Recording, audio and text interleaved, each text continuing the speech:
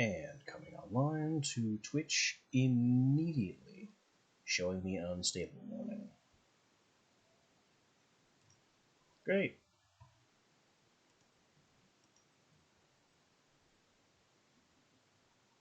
Oh, nope, are we functional?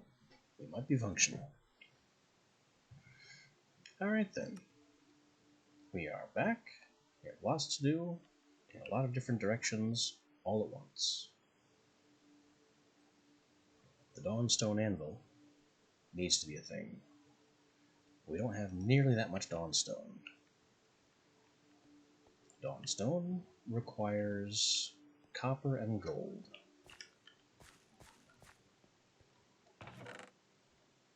We don't have the gold. We basically need more gold.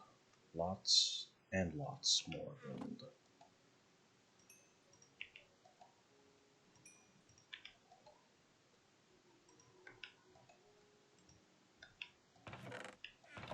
Also on the to-do list, but unrelated,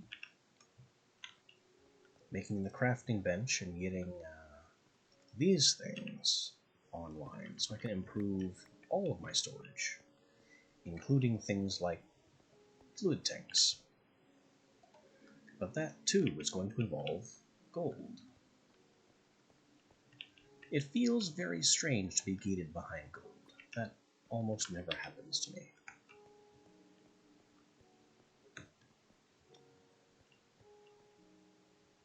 So, let's go digging. In the deeping depths. In the meantime, more power is being drilled up. I also need to do something about obsidian.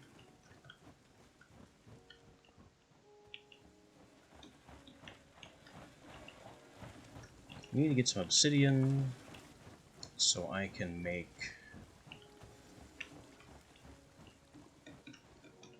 how am I gonna do this? Should be easy.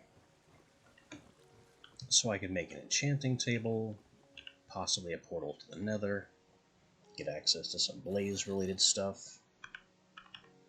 You know, the usual. It's actually kind of early to be thinking about that kind of thing for me. Normally I put off the Nether as long as possible. But we're ready to enchant, so I need to be ready and prepared to make enchantments. Give me that.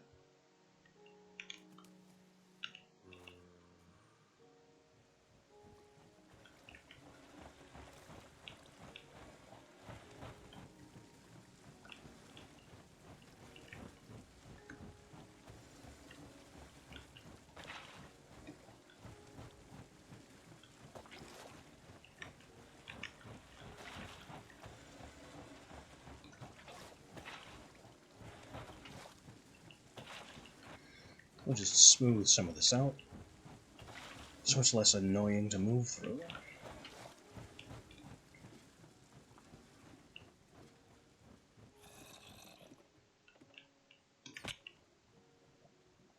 And then, oh, well, you go ahead and play in the lava, I guess.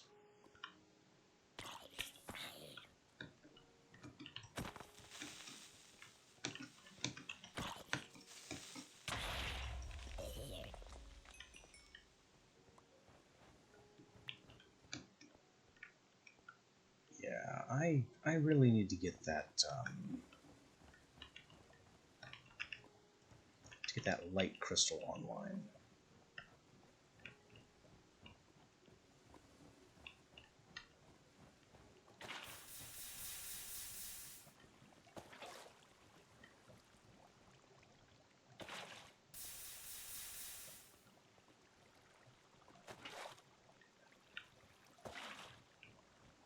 Now, can this thing handle obsidian? It can.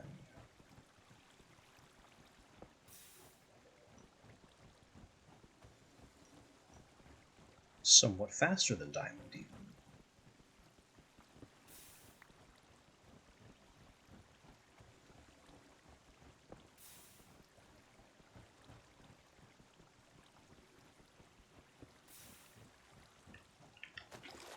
I mean, I've got to hold this silly power cell in my offhand, but faster mining is faster mining. Especially when it comes to obsidian, which is just a frustrating substance to dig anyway.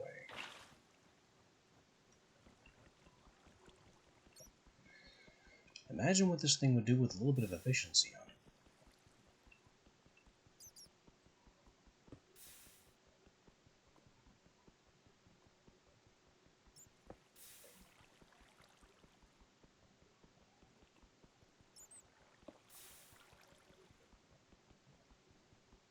The funny thing is, with just a bit more Dawnstone, I could make a second pickaxe for cheap. Then enchant the both of them, and I'd never have to worry about either one breaking.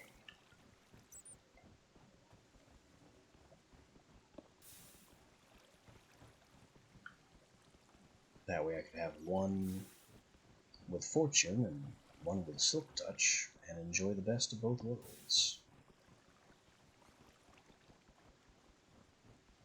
As bats mysteriously suicided into lava again.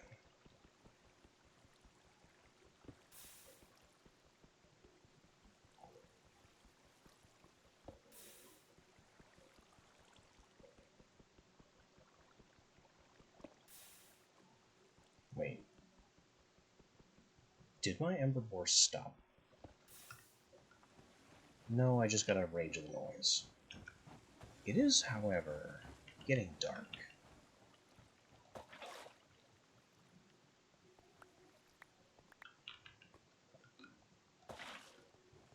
Which is important.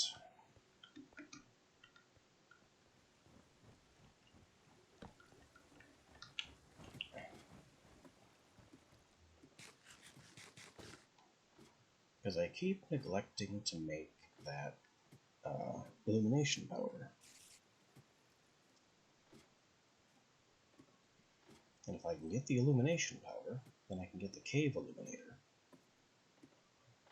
And then monsters in a small sense, not the massive sense of last playthrough, could become a non-issue.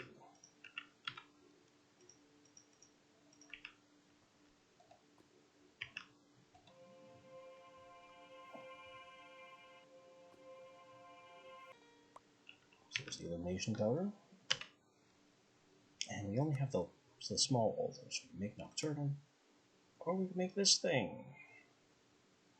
For 4 ruined, 2 aquamarine, and 2 illumination powder.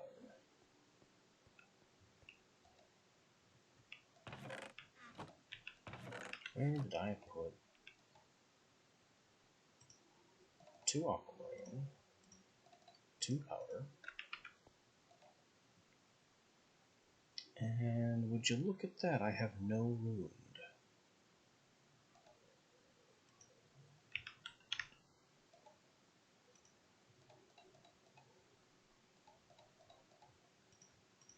I should fix that. Fortunately, I remember how.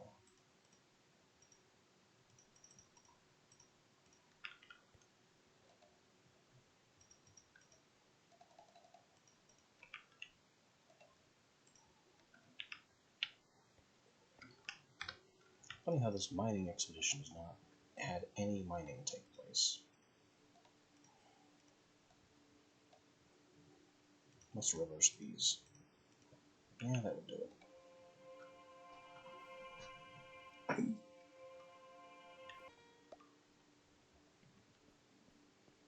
Now, if I take this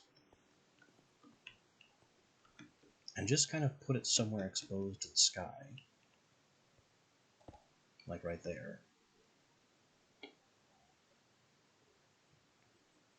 maybe that's not the best place for it, but it's a good enough place. But slowly, this thing will begin placing magic lights everywhere, vaguely below it. I'm not entirely sure about the rules for its placement, but it should make the giant pockets of monsters we keep running up against, or at least hearing through the walls, a thing of the past.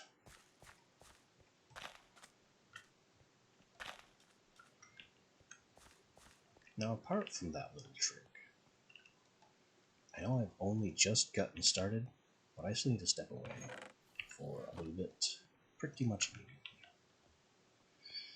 So, I will be back in a short while.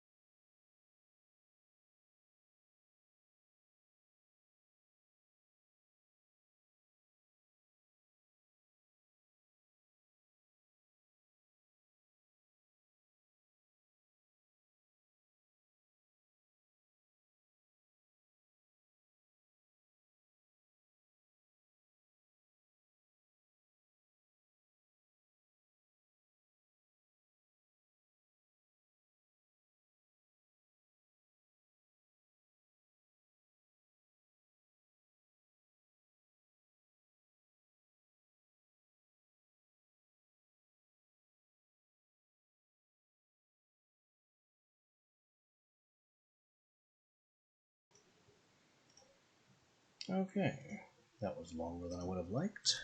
Where were we? Ah yes, I just placed the cave illuminator. Which doesn't mean it's going to start working quickly. But it is apparently going to summon those. That's fine. They're harmless.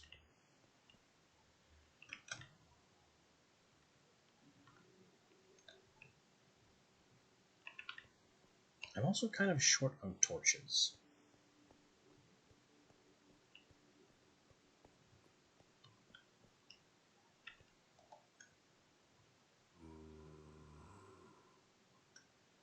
Can't really expect to go ham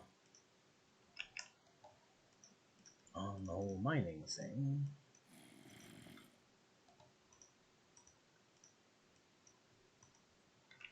If I don't have torches or sticks to make them with when I find more coal.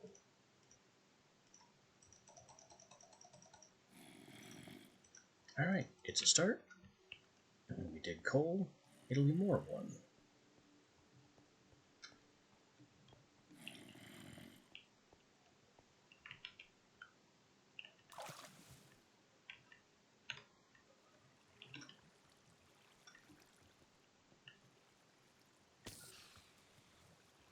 That's the suddenly dead spider.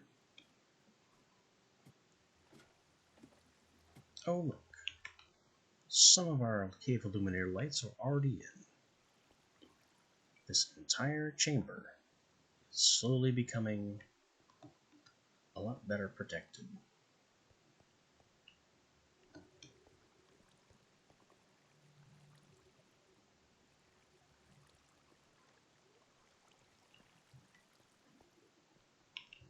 Again, I'm not sure about the radius on that thing. I don't know how far away horizontally it'll start placing them. We will certainly find out.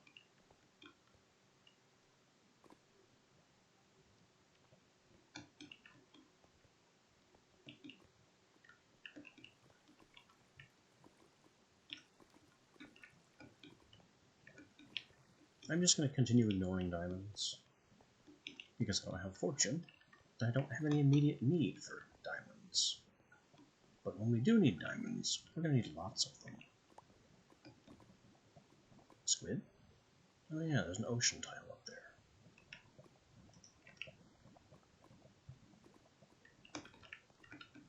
Now, where would I be most likely to find gold?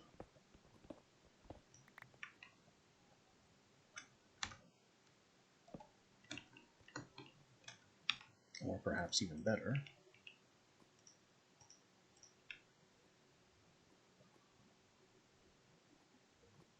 more buried rock crystals.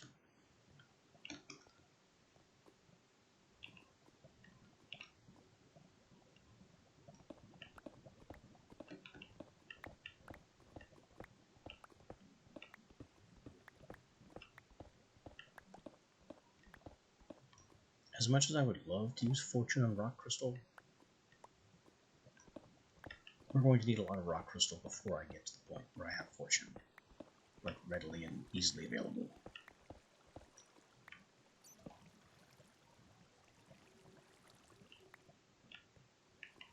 It should be basically right here, and there's a second one not far away.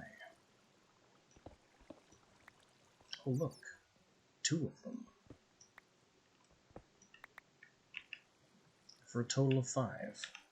Maybe fortune isn't required.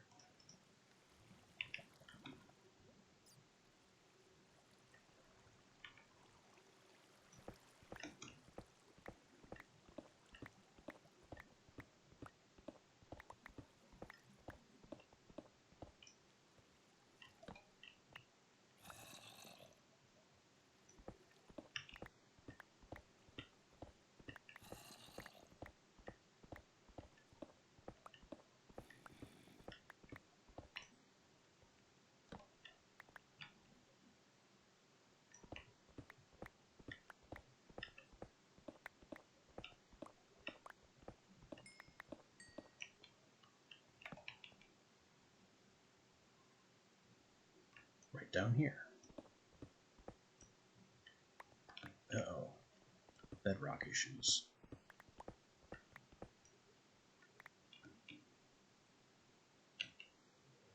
Or maybe I didn't go far enough issues.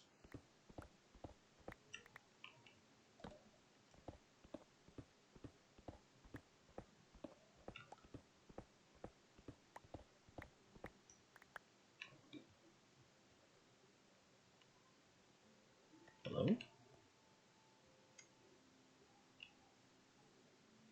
Damn it.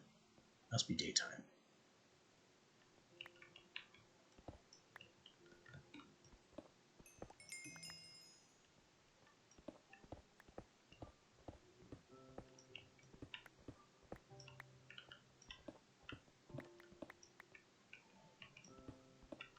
I've lost my detection advantage and now have to knock around blindly for it.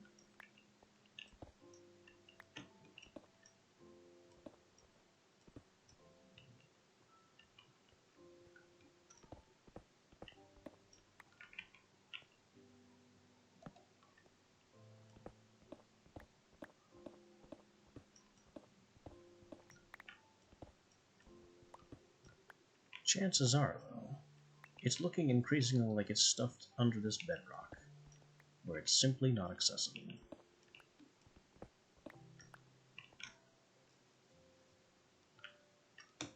Another rock crystal black mark. Uh-oh. Well, it's a good thing I have just a ready pit for that to flow into, because I did not have blocks it already. Well, come on, lava. Let me go that way.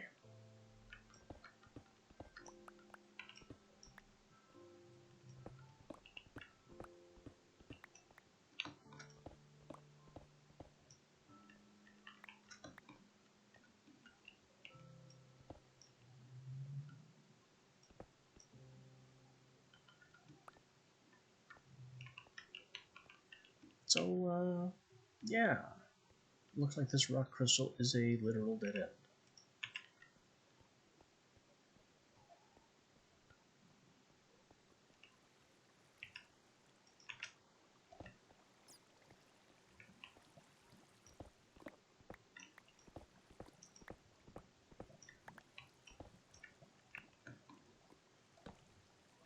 I may as well grab whatever resources were on the way.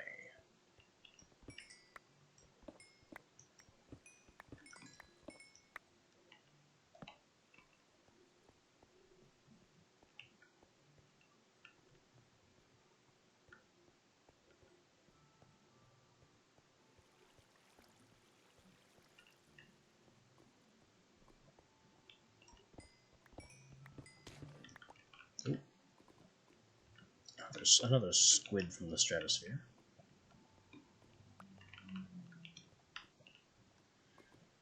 Definitely an unexpected benefit of Hexland's generation, using air as a biome border. Just squid falling from the sky.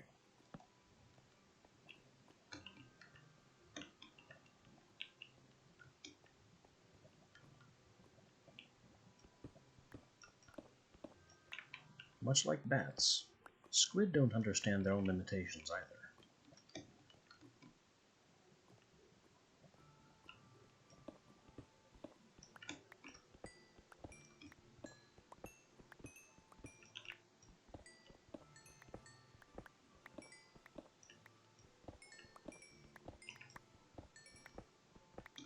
Iron is always good. More coal is welcome. Haven't seen a single scrap of gold yet, though.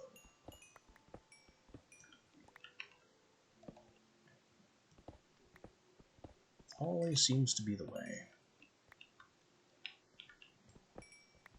I go out hunting for something specific, spend upwards of an hour digging for it, and find everything else.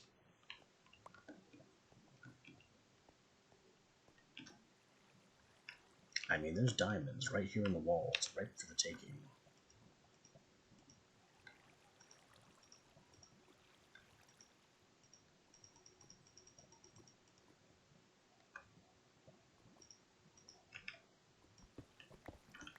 that's what I was looking for. I'd have them in spades. Yes, I would have the diamonds in spades. I didn't mean to make a playing cards joke, but there it is. The redstone, too, is completely unnecessary.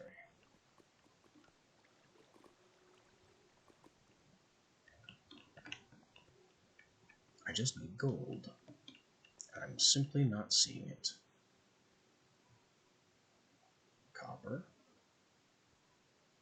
Is that gold way up there, or is that something else?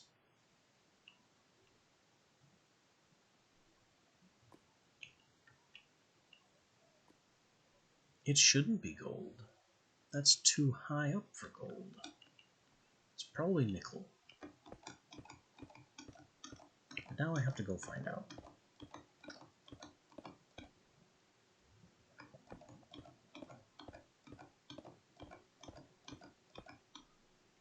It is gold. At half the altitude, the gold should be possible. Half the depth. One day I will stop making that error. That day is not today.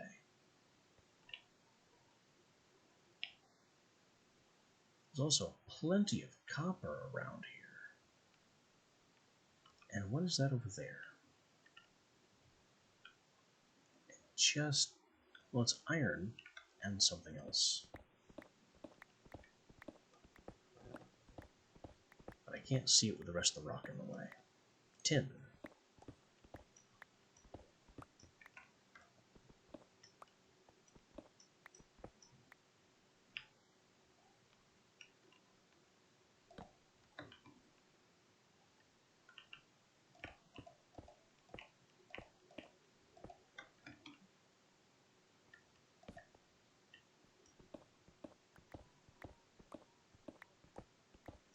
When I'm done here, this place is just going to be a mess of random scaffolds.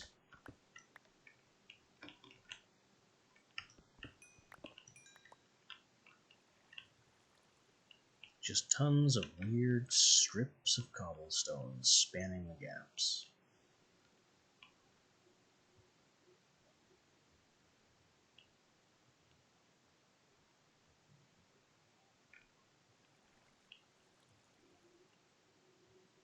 I can't tell where to go to from here.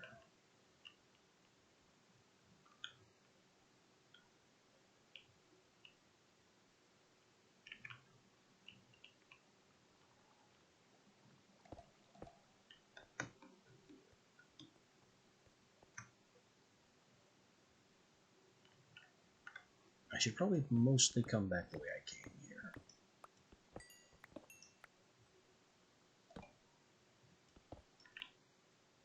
And there's iron around the corner. Not to mention more nickel.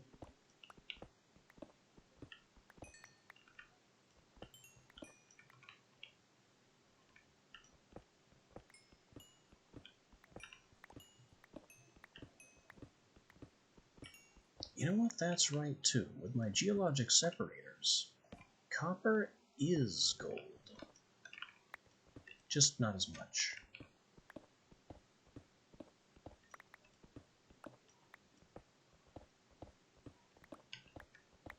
And copper itself is still valuable in its own right.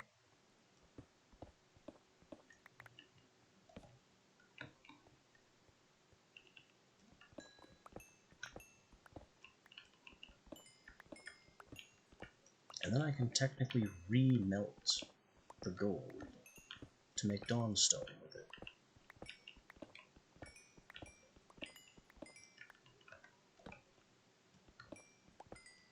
So I don't even have to modify my own setup or adjust the math.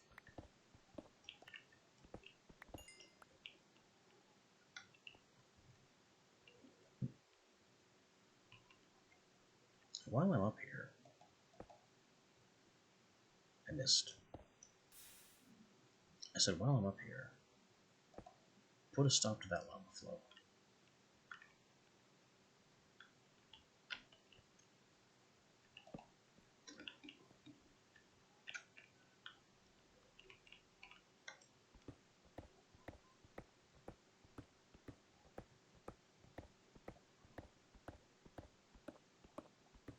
That's been the hard part of flouncing about in the bedrock.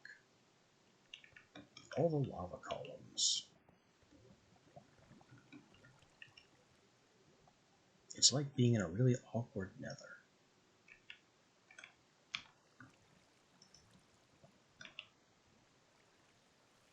Ah, nightfall.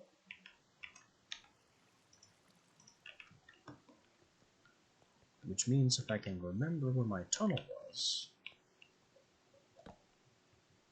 I can try again to go find that rock crystal that was somewhere under the ground.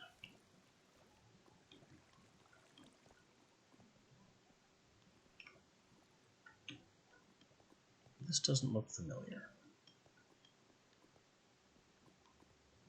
Ah, but this does. Alright, rock crystal. Where were you?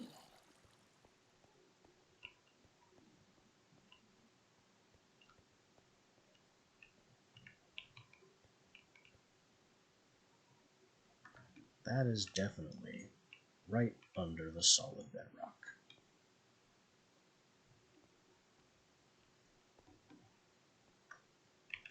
Which means there's simply no reaching it.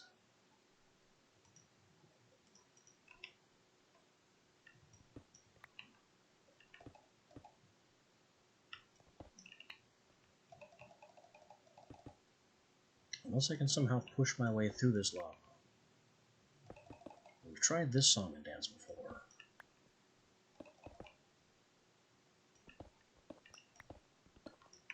Oh, that's even more.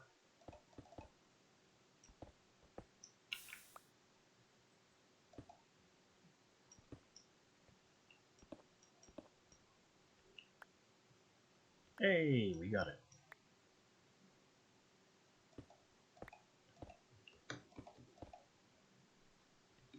Apparently one of my block breaks, like over here-ish, was this was one block away from it. If I could have reached deeper down that tunnel, which there was no way to do so, could have had it. Could have had it with less effort.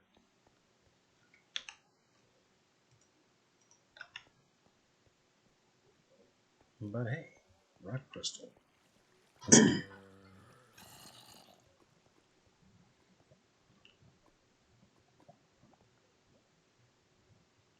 A big barricade of lava. More dead squid. Lots more dead squid, surprisingly. Certainly more than I expected.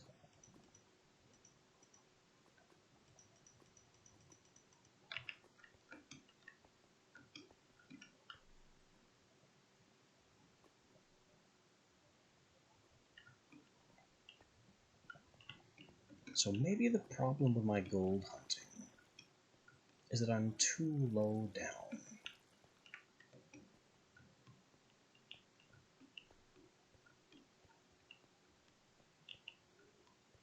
Oh hey, the grinder's finally quiet.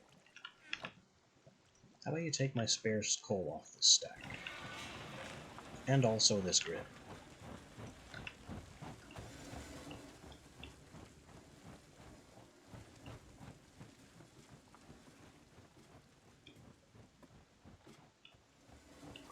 Whoops.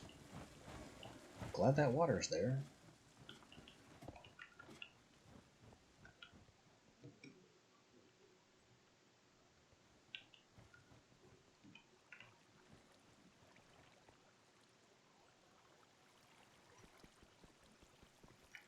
No, I don't want more obsidian right now.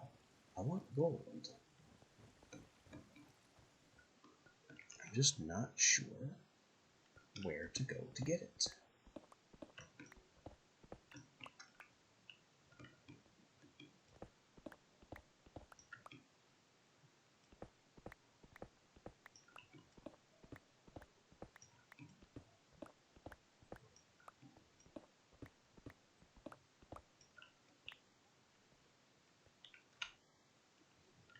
We've come up a level.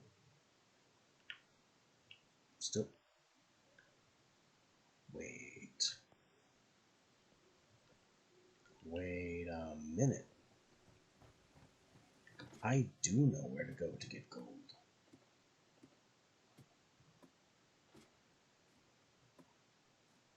Maybe.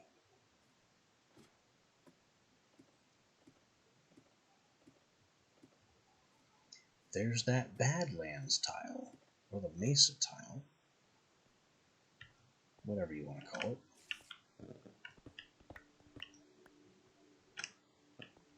The interesting question will be, does it have increased gold spawns yet?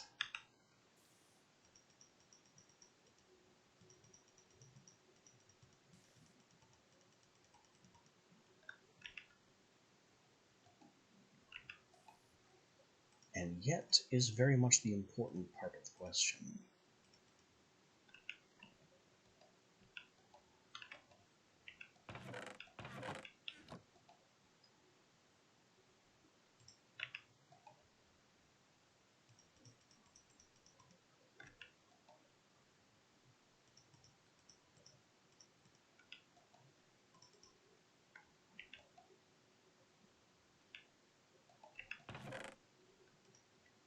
Because that yet is contingent on the game version.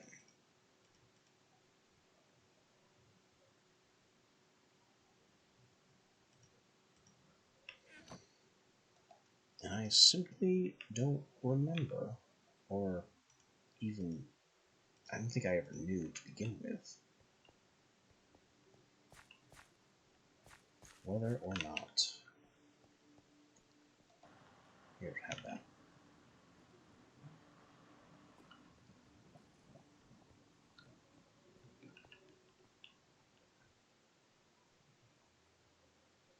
Oh, there's a wizard up there. Whether or not Badlands have increased gold spawn. I need to get another Ember dial on this thing. In fact, I just need tons of dials. Which means I need my sugarcane farm to continue merrily expanding. Now, there's the Badlands tile. It is west to the ocean, and then just a little bit north. And from there, we can get drilling.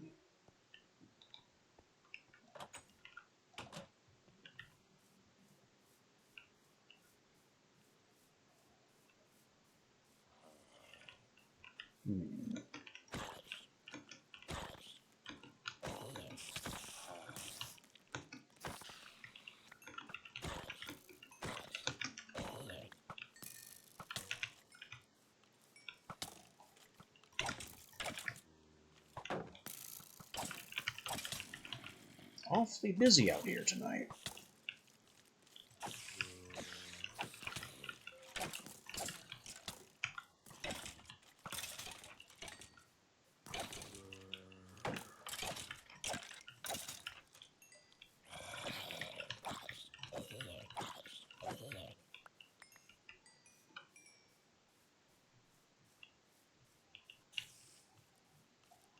There's a wizard.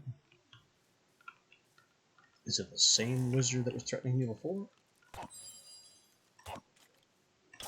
If it is, he's a little disappointingly done.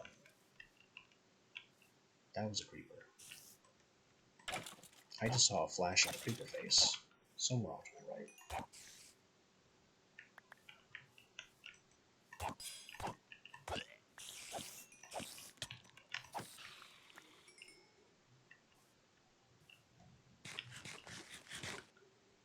Why?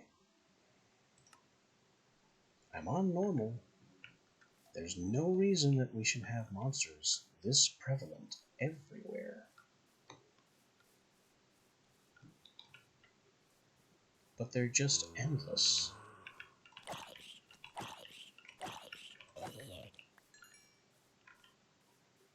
Spawn underground where you belong, little beasts.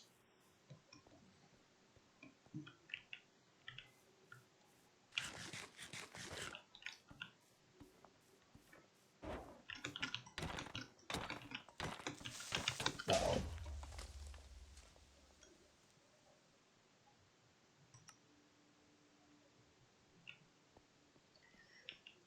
I heard it. I even caught a glimpse of it, and then proceeded to ignore it because I thought the golem was a higher priority. Paid for that.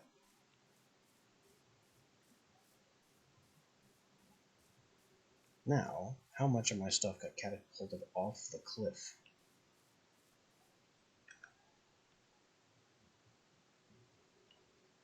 Because I died right up on that cliff, and some of my stuff, that's my backpack. Oh, this is a mess.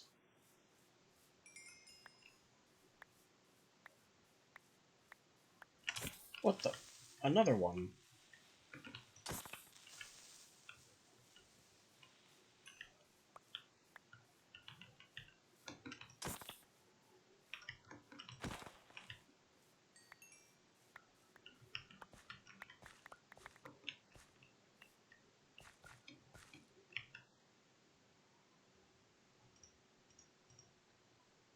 Alright, time to once again play What Have I Lost? Food, shield, pickaxes, boat, battle axe.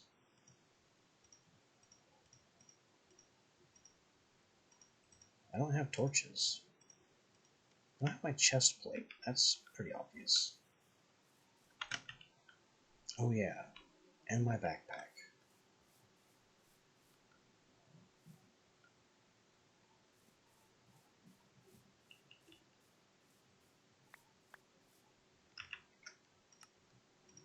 Having that backpack disappear would be crippling. And that's even more lava.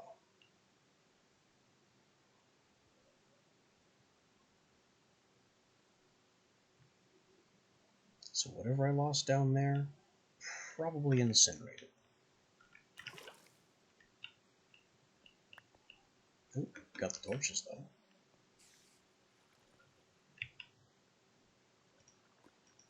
Iron chest plate though, that's a write-off. It's gone.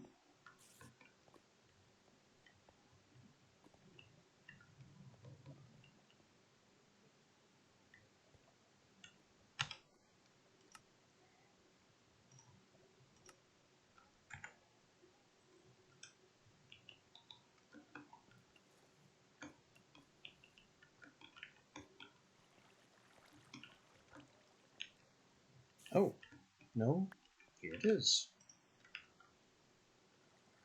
How'd it get way over here?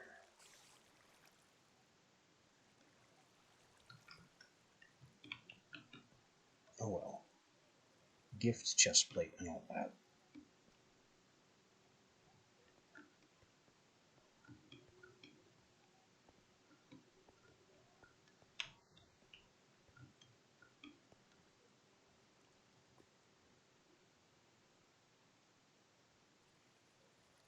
Still kind of on the lookout for gold.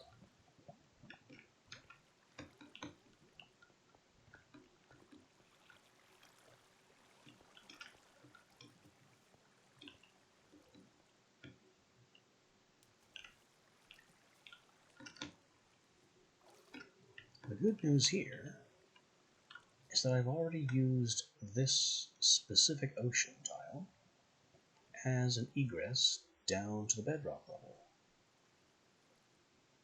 Ooh, that is lead. I need that. I can't really reach it though. Wait, no, we have dirt.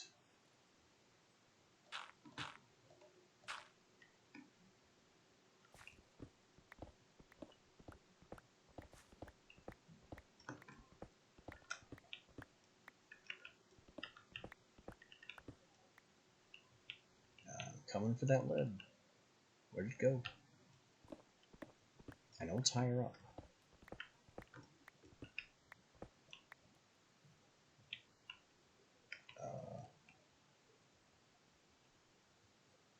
Where is it?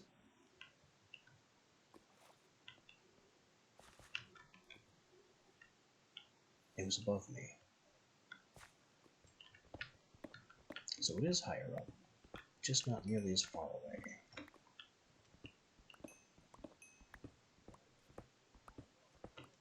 Gotcha.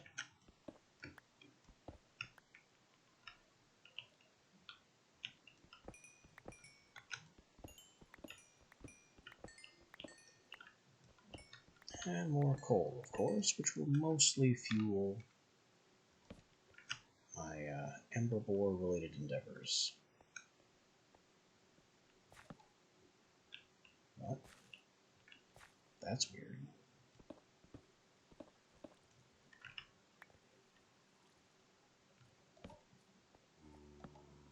There's a whole tunnel thing in here.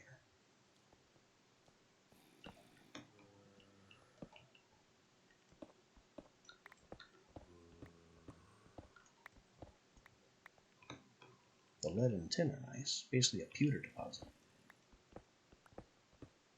Not that pewter is a thing in this pack.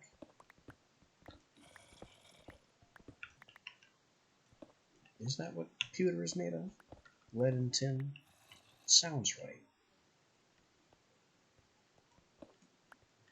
But I'm not really sure. Enderman. And gold.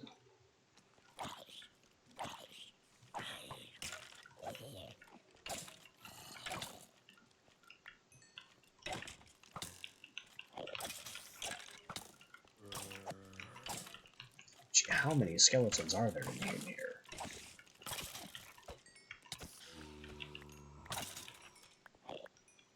Are we done?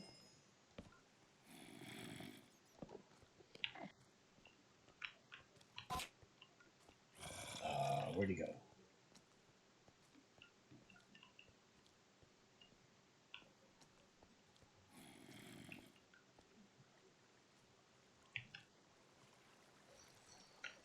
That right there is the main reason I don't like flaming weapons.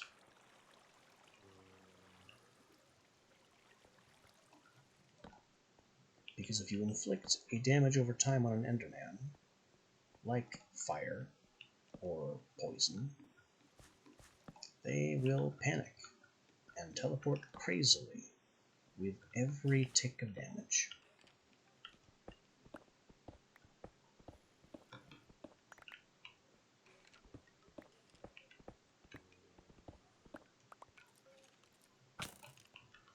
Hopefully.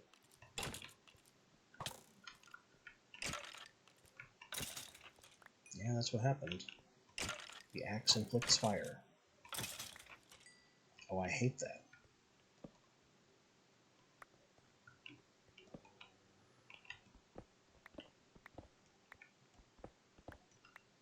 I may have to make the Grand Hammer, and hope it doesn't inflict fire.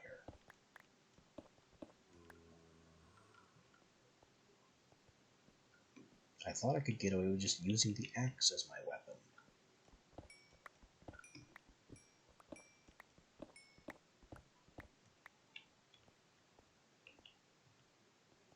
But since the axe applies fire, that complicates things.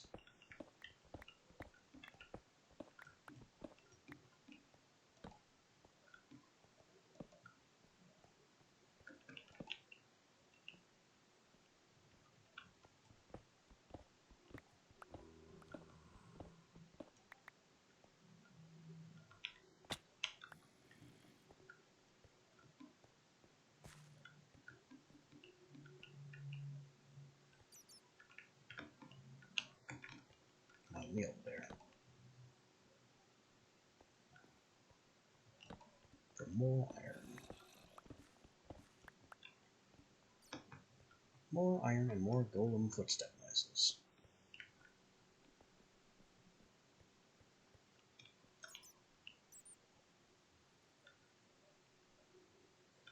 Ooh, hello.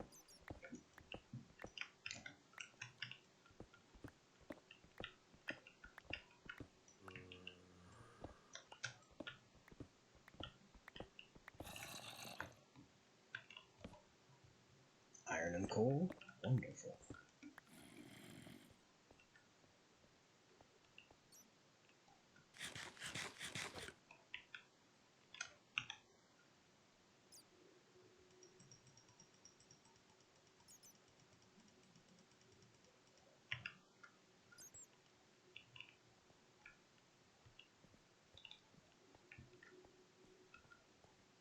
course, exploit the backpack storage space for all it's worth.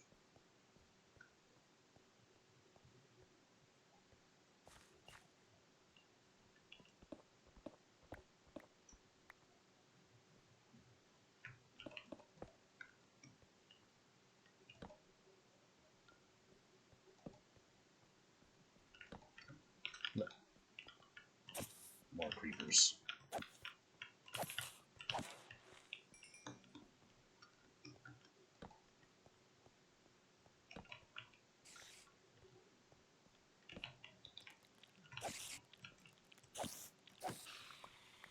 Hey, free spellbook.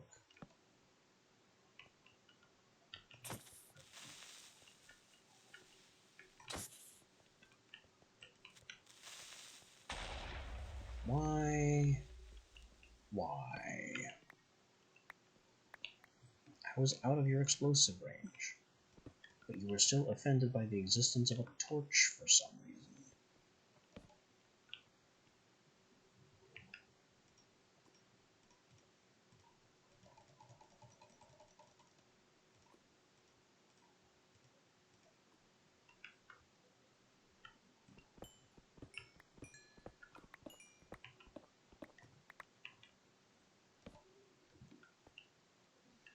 As an interesting aside, relating to our last playthrough's quest to gain independence from having to make torches all the time, Electroblobs has a light spell. The problem with it is that it's temporary.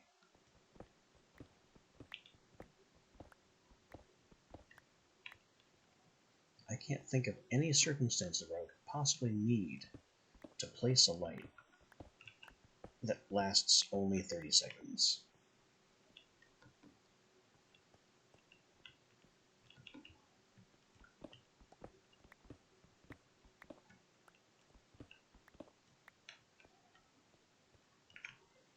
That's why I like the Astral Sorcery Wand of Illumination is good. For light sources, of course, but also for making wither boxes. Kind of interesting secondary function of it. Oh, hello. Outdoors and dark.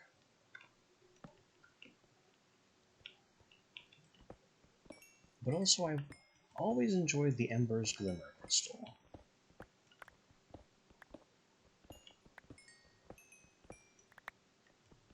Frankly, I don't understand the difference between keeping a crystal in crystal form or binding it into a lamp.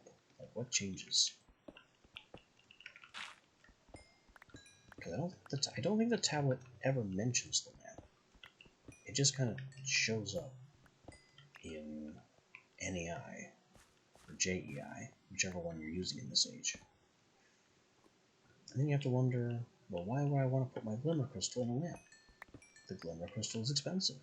It works just fine not being in a lamp.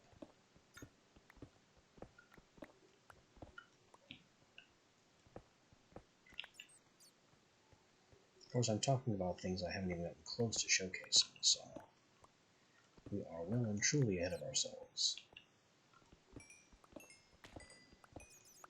Dead squid.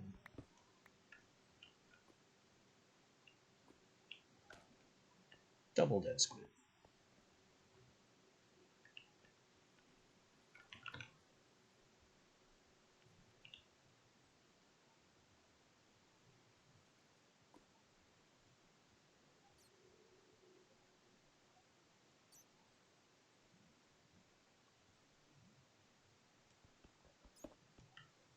Oh wow, that was fast.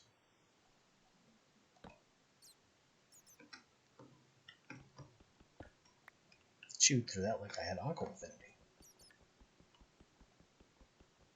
Now why is this one giving me more trouble than the previous 2 or 3?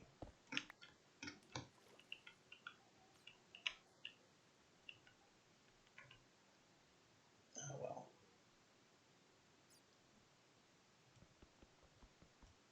Must be because it's copper, and copper is easy.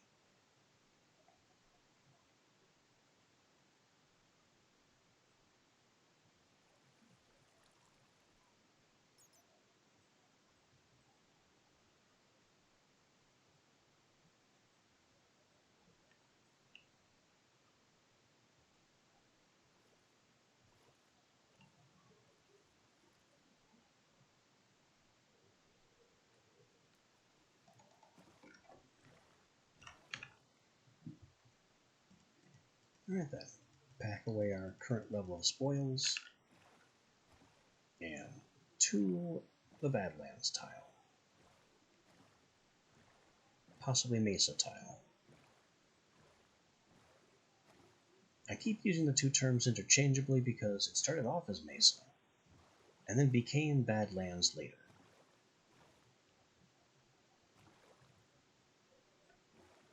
Look at that, gold already. There might be something to my memory.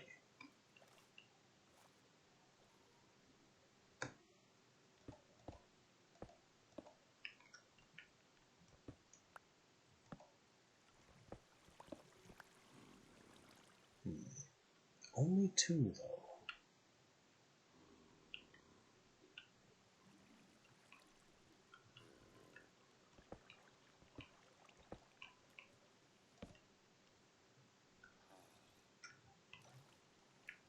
There's gotta be more in here. Oh look, there is.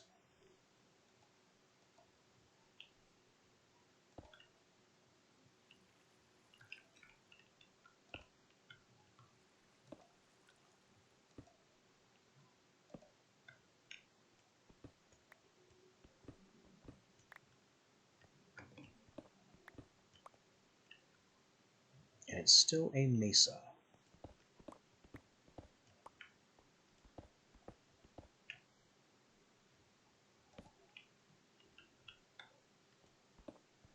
So we're still operating under the old name for this biome. Hello, more creepers.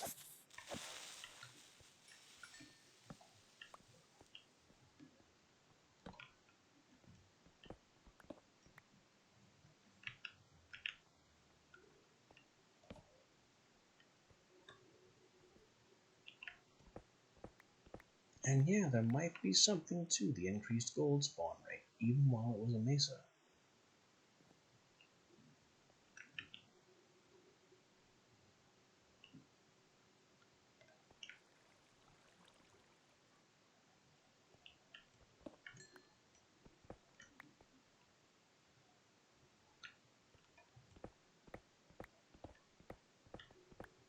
So let's go drilling.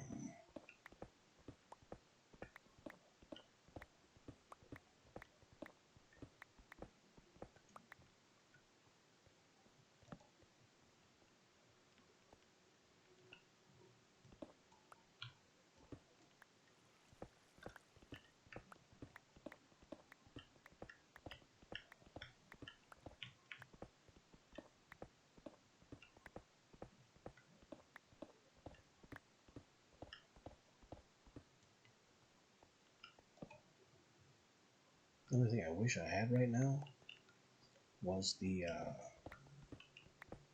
Ender Satchel that could send things home to my storage system.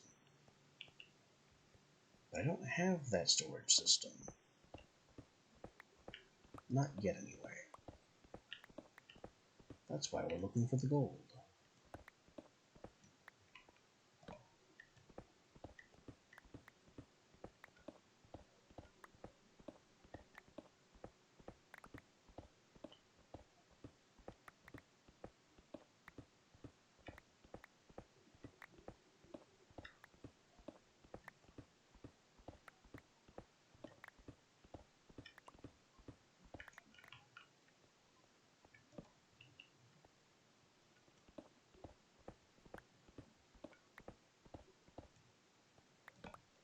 Gotta keep my tunnel lit so I don't have any surprises spawning in it.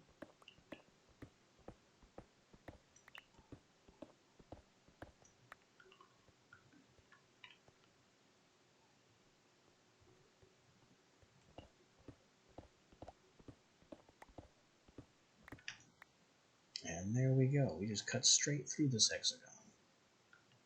And there's gold right down there. And over there.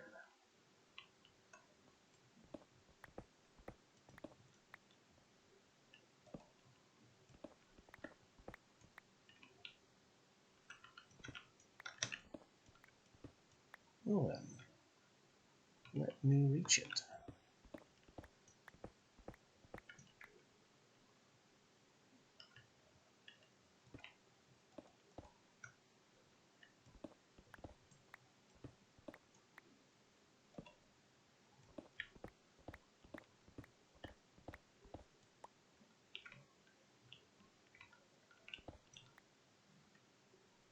And we have some copper.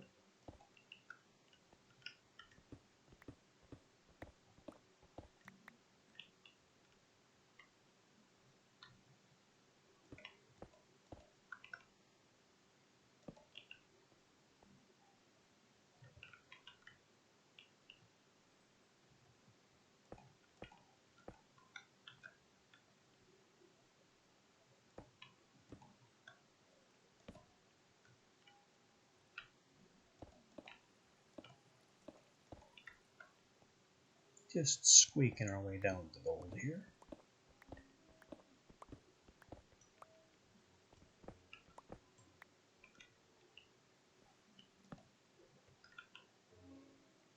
Which is somehow technically still in the Mesa biome, even though clearly being in the ocean tile. Not gonna complain.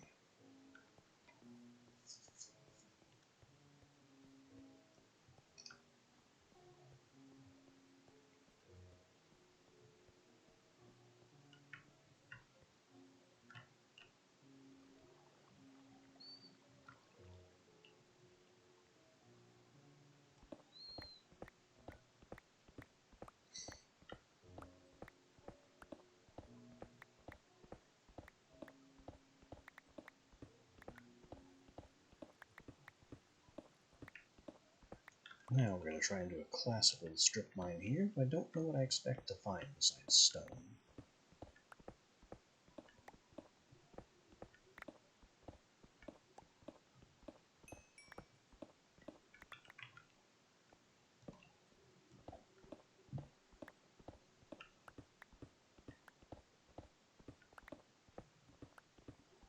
I'm hearing more golem nonsense.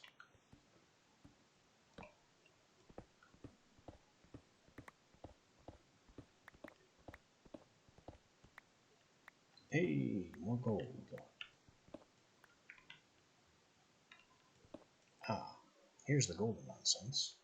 It's inside a golden cell, and that ruined marble down there, that's a treasure shrine.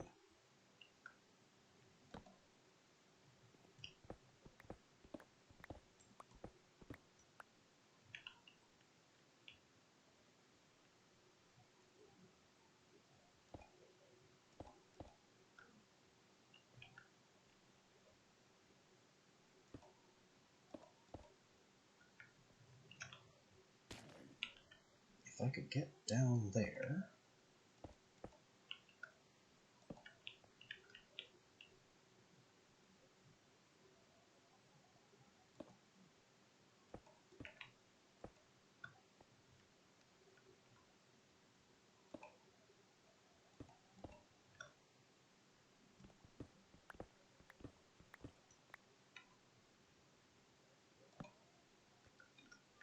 I mean, this is just full exploitation of the way the world generation was set up by me.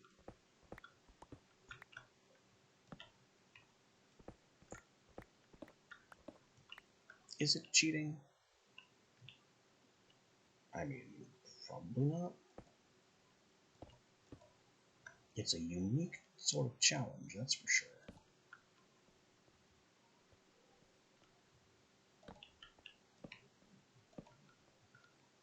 And we're in.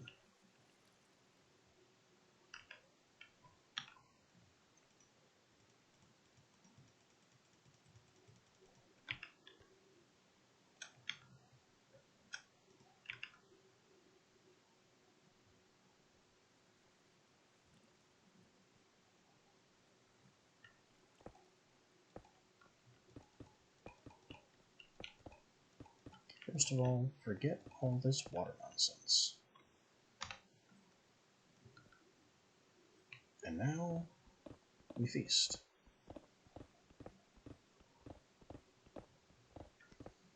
Probably until my mantle cartridge is empty.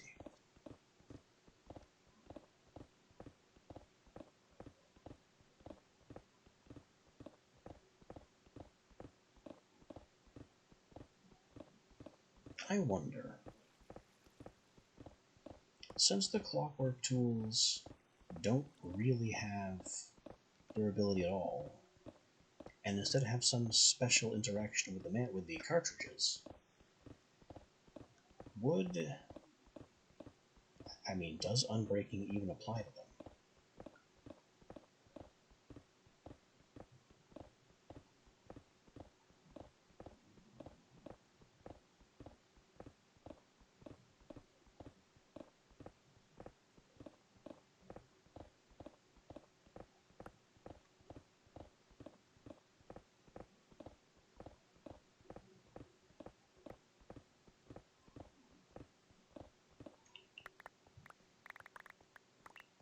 Also, I have no idea what power this shrine draws from. I have no idea what power this shrine draws from in order to keep replenishing that stone block. The particles here imply that it's like pulling power from somewhere just to create this stone. But I don't know what it's doing or where it's getting it. I do know, and I mentioned this before, that treasure shrines can run out. Eventually the stone block just gets tired of refreshing and decides to don't.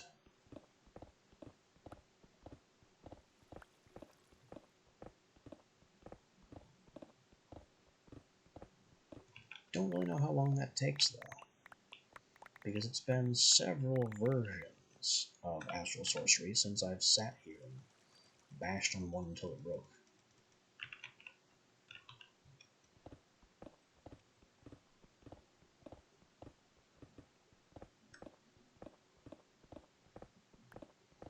Getting a great amount of lead though.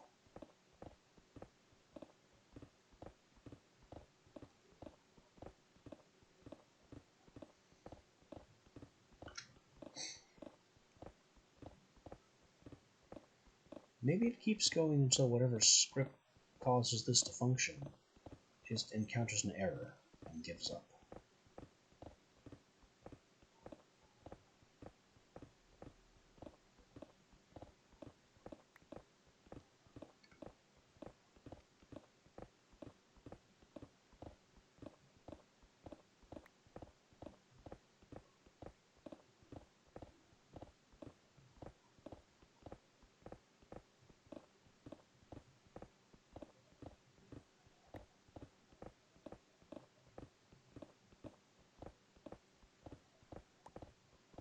It's still going.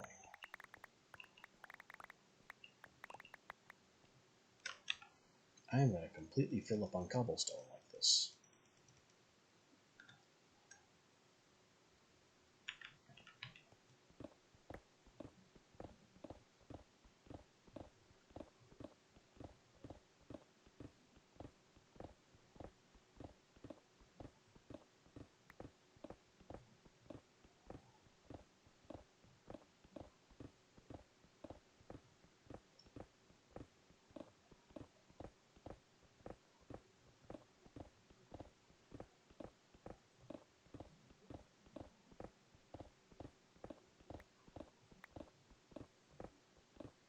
Kind of going into a trance here.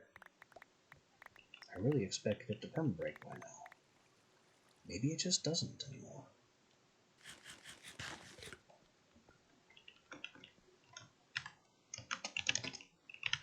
In any case, we'll mark it and leave, because my cartridge is getting dangerously low.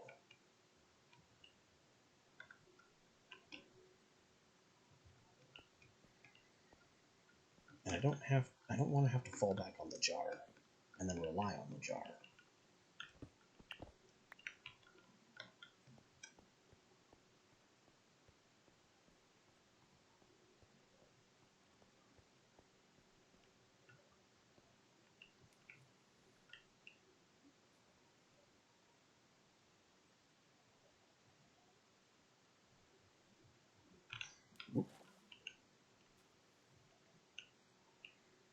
Getting pushed out because the top block here is floating.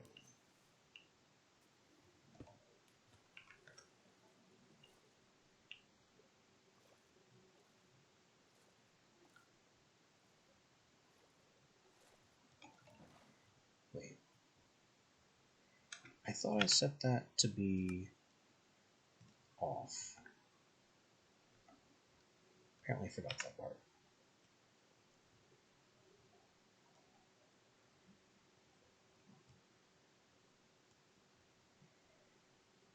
Now to return to base, I've got to get here. So I think I want to go to this opening.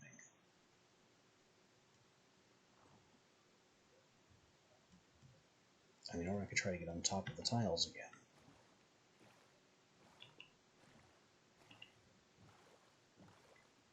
But that's a bit difficult from here. Well, maybe not difficult so much as tedious.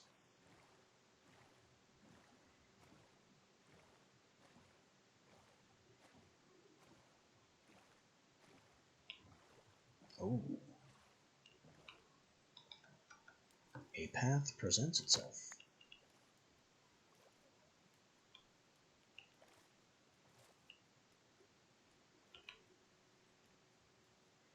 Let me just put those there in case something messes up.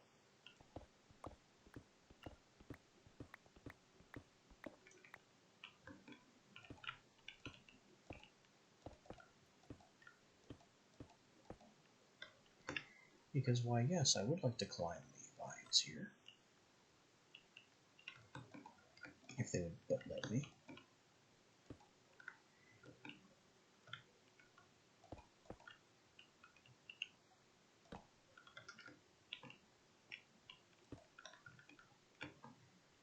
There we go. Vines to surface.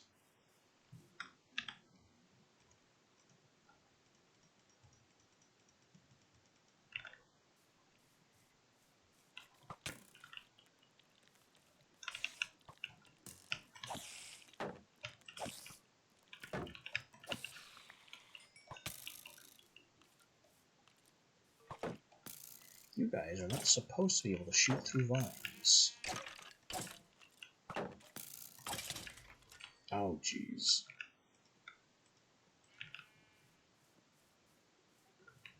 Where'd that come from?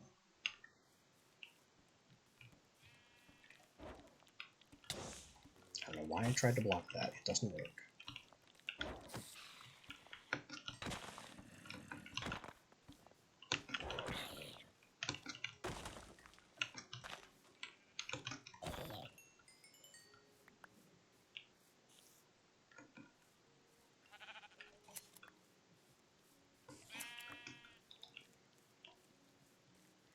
So now, not only am I stuck with a weapon that applies fire for some useless reason, it doesn't even apply the fire long enough for it to do anything.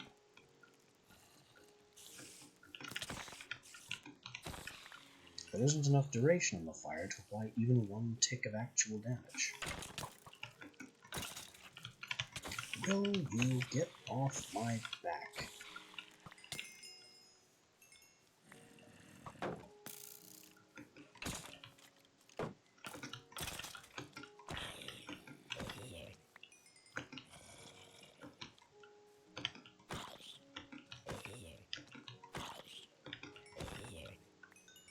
Is the sole reason for the slight fire to cook any drops from animals?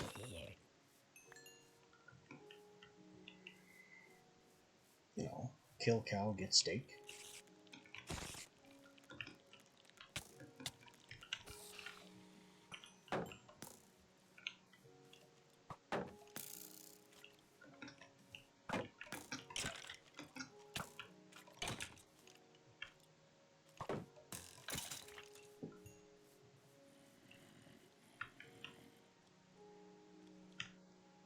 Okay, you're down there. I don't have to care. Enough! Enough of the bullshit!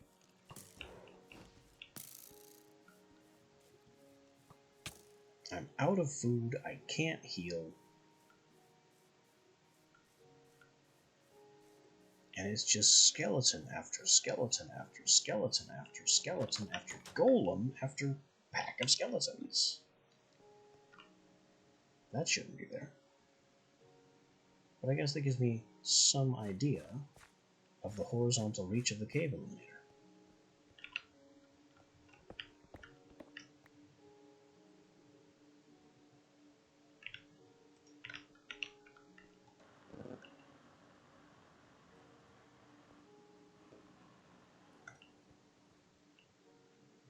Nope. Well, now I know what it looks like when my copper charger is empty.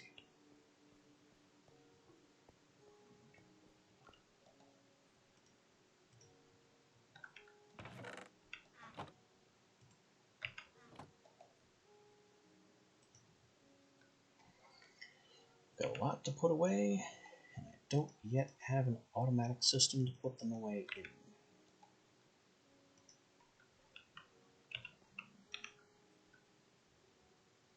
I do need a lot of stuff to put away.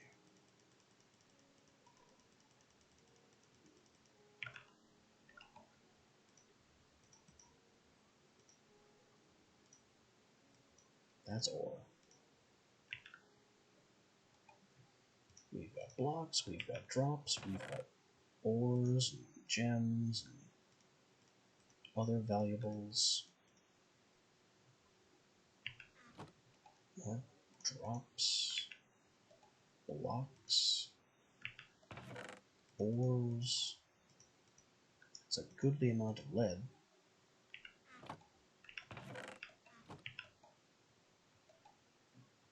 Another spell, crystals, coal, and more besides.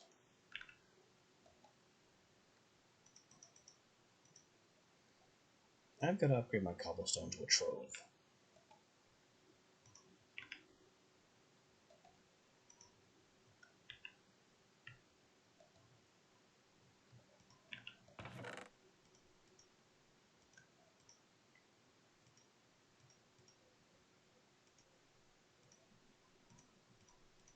Okay, the copper's getting out of hand. Copper melts into copper with a bonus of gold. Gonna love that.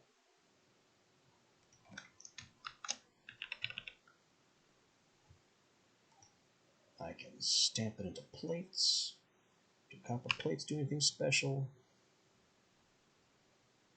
When I get to the Ethereum Forge, if I wanted to make a hearth coil, they make ember dials. That seems important. The battle axe. Okay, exchange tablet and beam cannon. Those are crucial things. And the steam engine that I keep threatening to make. So let's see here. 2 plates. 3 plates. 4, 5, 6, 7 plates.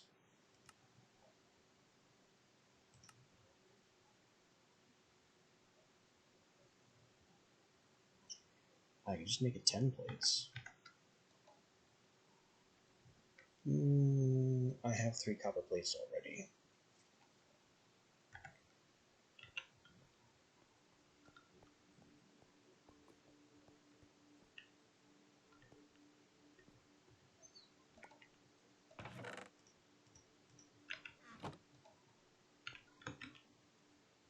Okay, that's on, so it routes in here. That's off. These are on. That's on.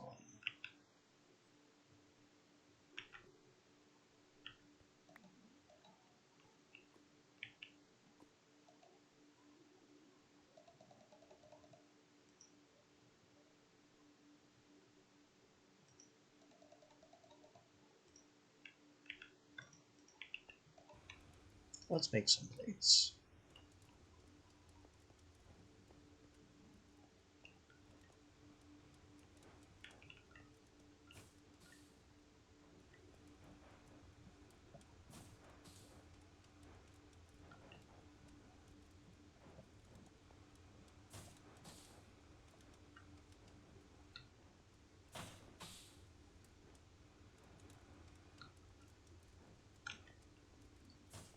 And while all that's happening, I have a desperate need for food.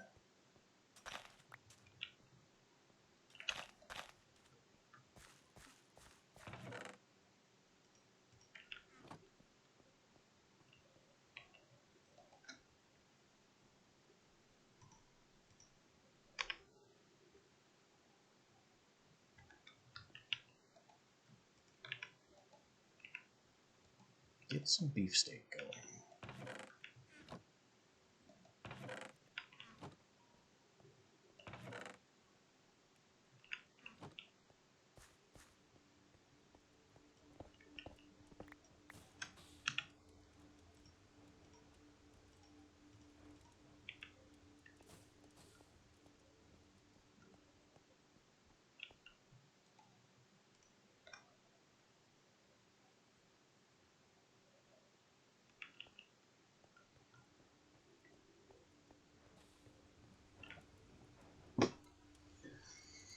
Now I need a way to be able to expand my ember distribution.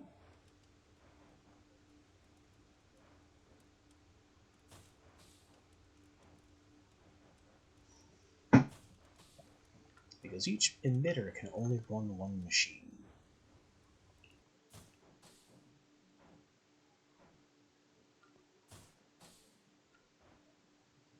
I can only fit so many emitters on a cell.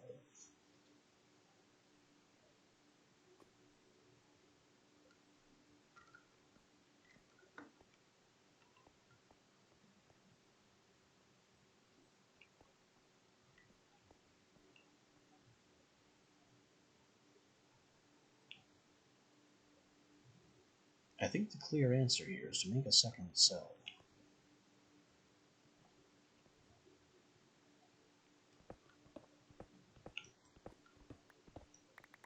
And stick it basically in that wall.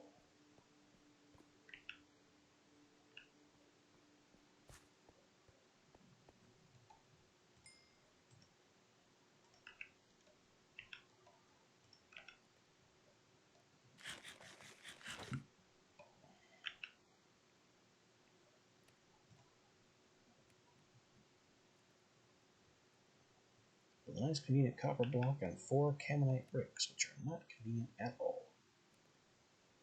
Oh look, I don't have the Caminite bricks. Or the Caminite. Or the clay.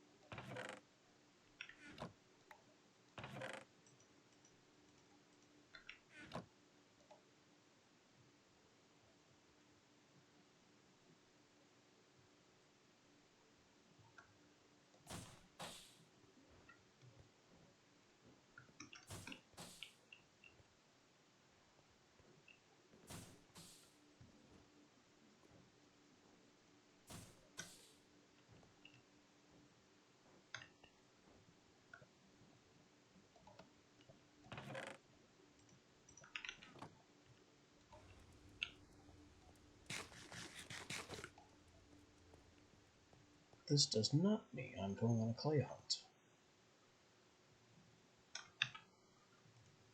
It means it's astral sorcery time.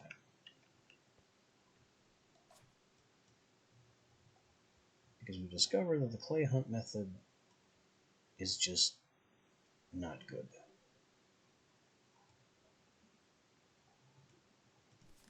So we need light wells.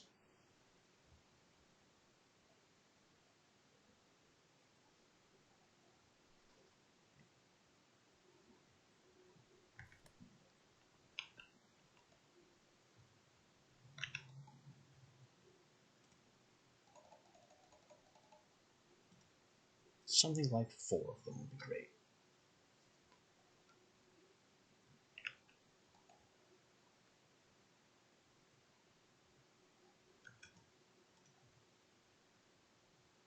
I don't know why I'm caring about why I'm giving the slightest care for the crystal stats. Because they are functionally meaningless.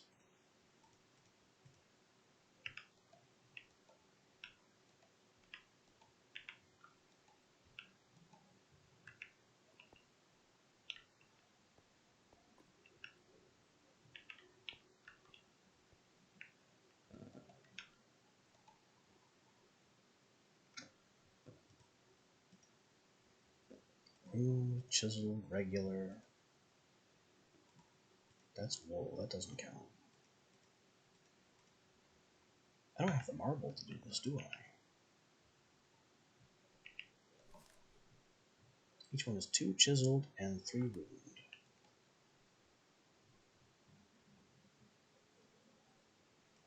I'm asking for 4.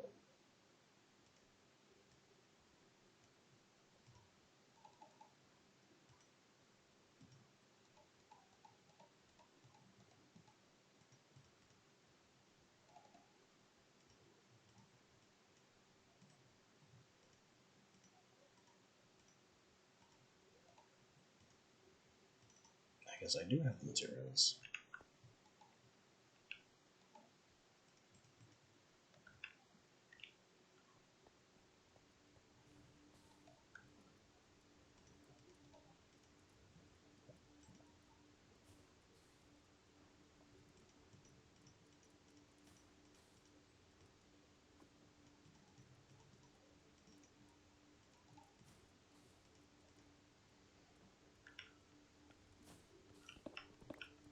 A somewhat more pressing problem is that I don't have the starlight because it's daytime.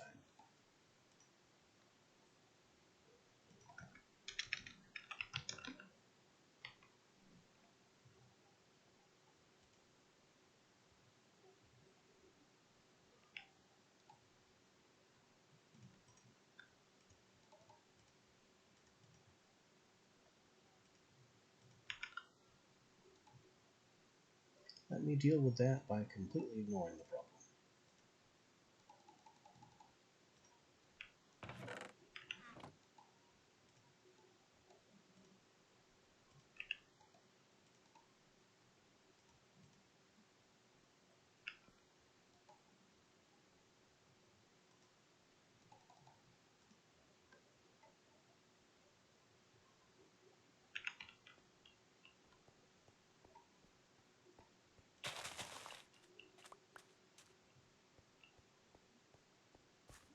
Nightfall will come in its own due time.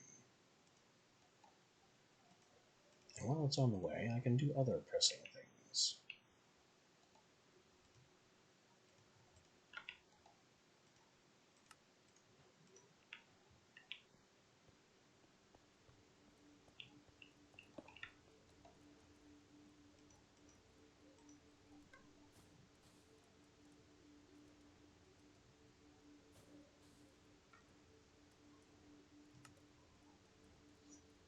Ah, but this involves gold. Uh-oh.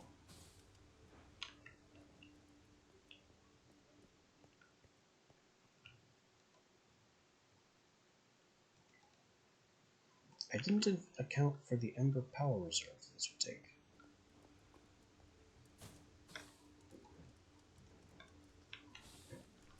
Our water's doing fine, though.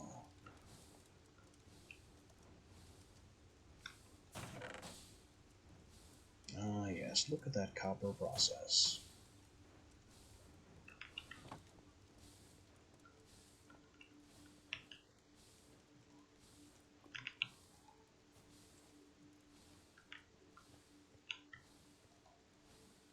Lanterns. Getting redstone and more gold ingots.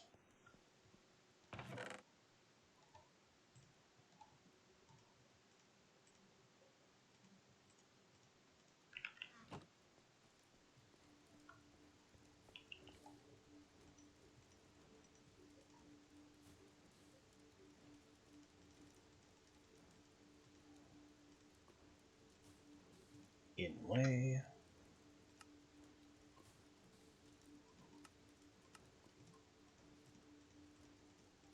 A few of these.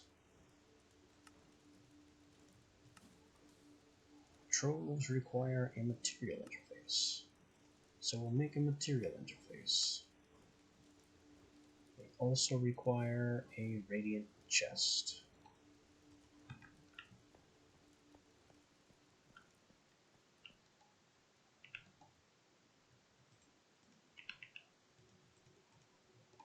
Easily done.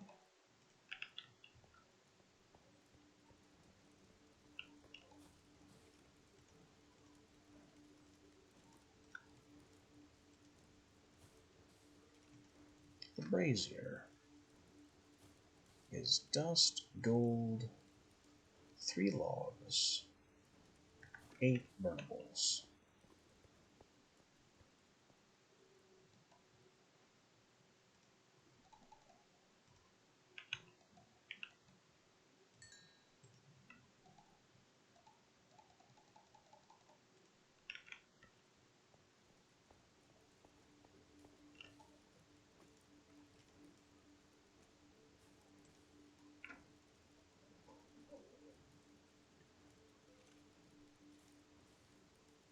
And then I'll also need some tanks, which involve containment fields, which involve radiant garbage.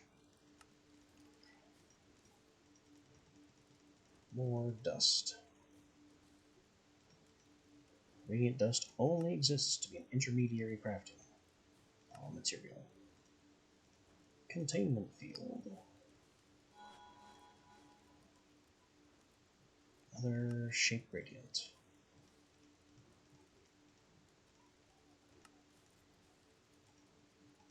Tanks.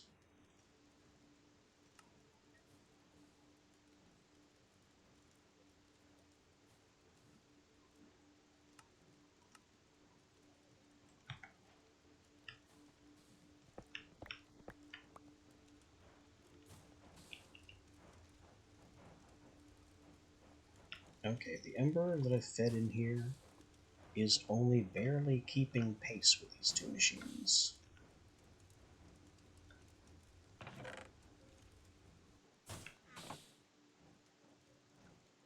That's a little concerning.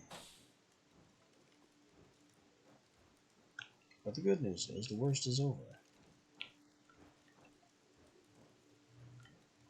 All of the copper has been processed. Now we can also process the gold.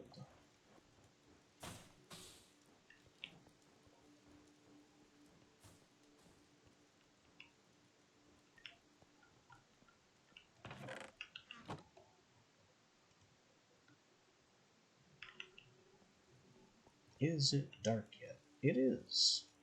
I completely stopped paying attention to the light level.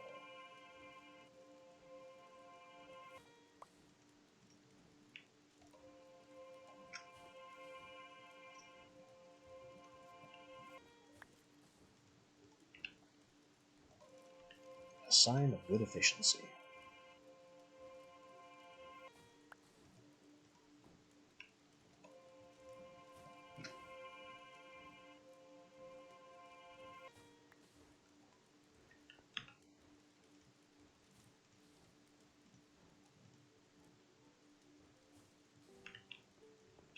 Alright, we have light wells, we have storage system things,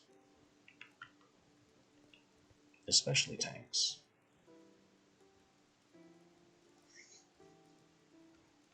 The light wells are going to need access to the sky.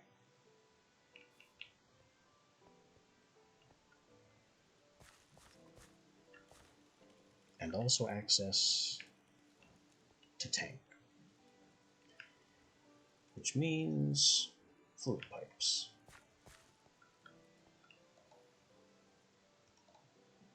I have a fair number. But is it enough? I don't think so.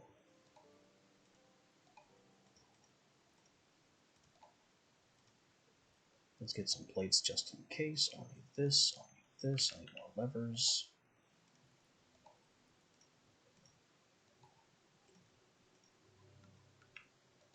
In fact, I'll need exactly 4 levers. No, wait, no, technically 2 levers.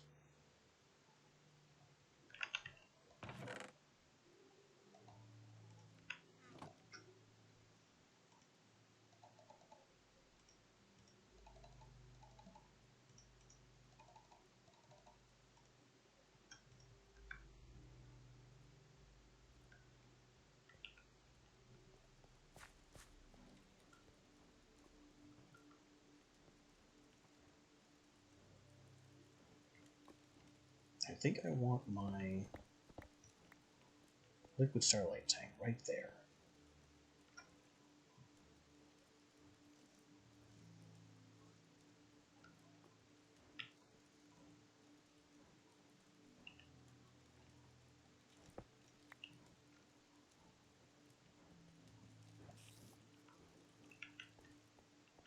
Better make it daytime. Because this will be a bit of a project.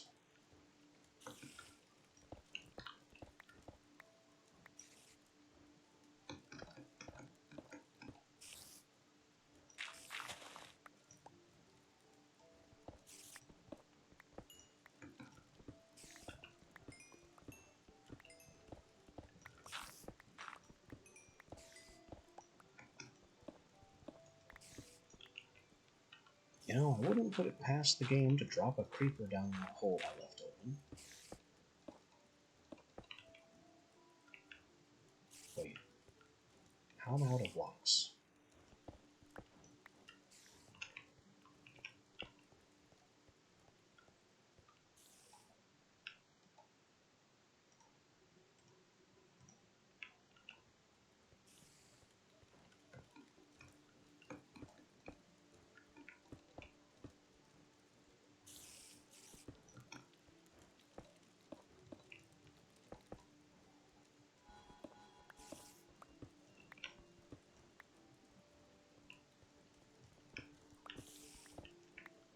Perfect, 3 more crystals.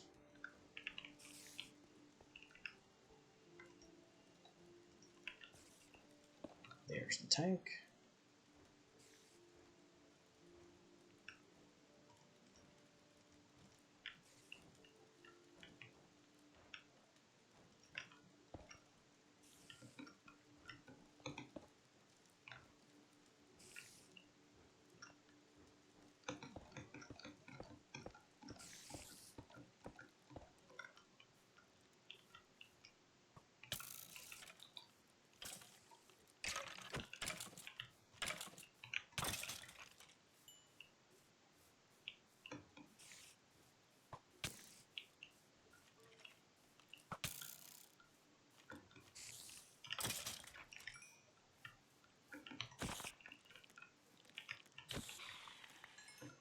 Just knock it off, you rejects.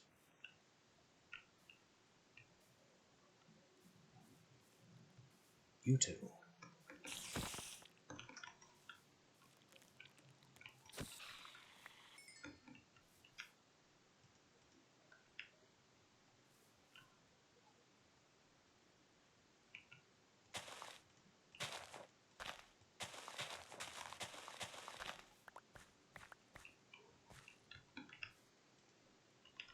Okay.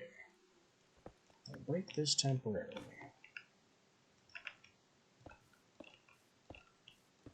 Four extractors.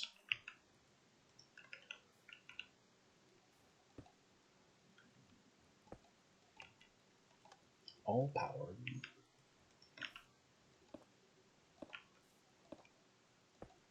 The light rails on top. And then fluid pipe connecting.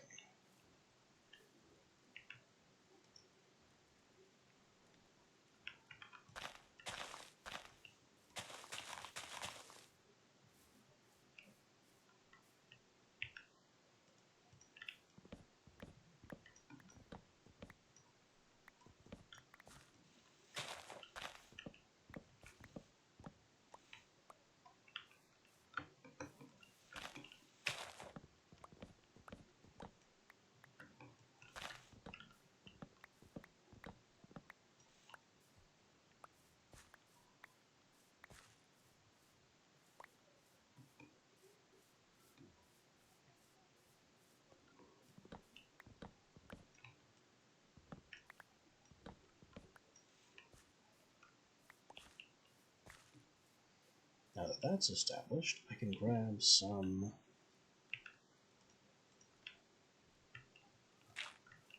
slabs to cover up these levers with.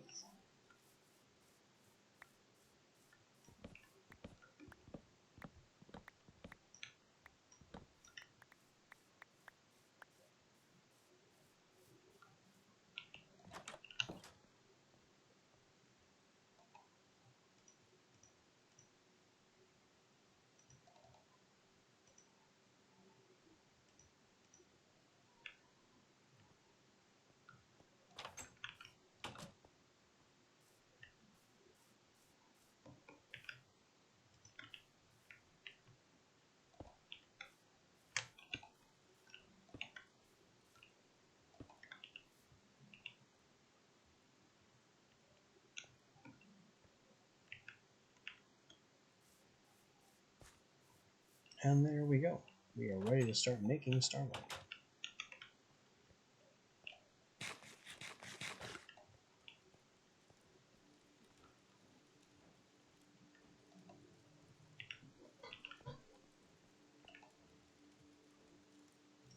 I just need some of these.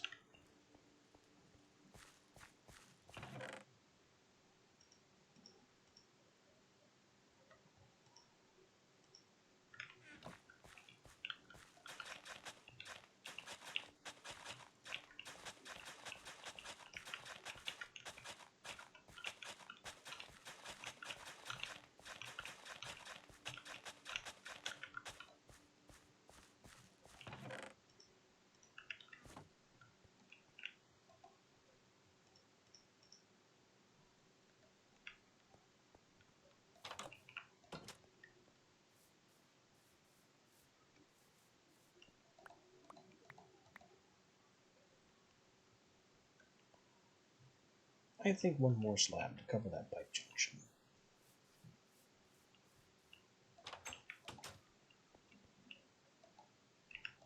It's not really necessary, but it kind of ties the whole setup together.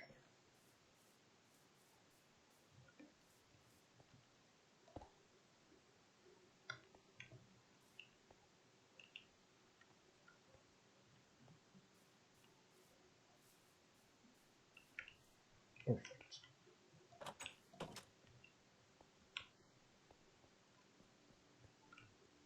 Now the whole thing is running and the liquid starlight is coming in a trickle at a time.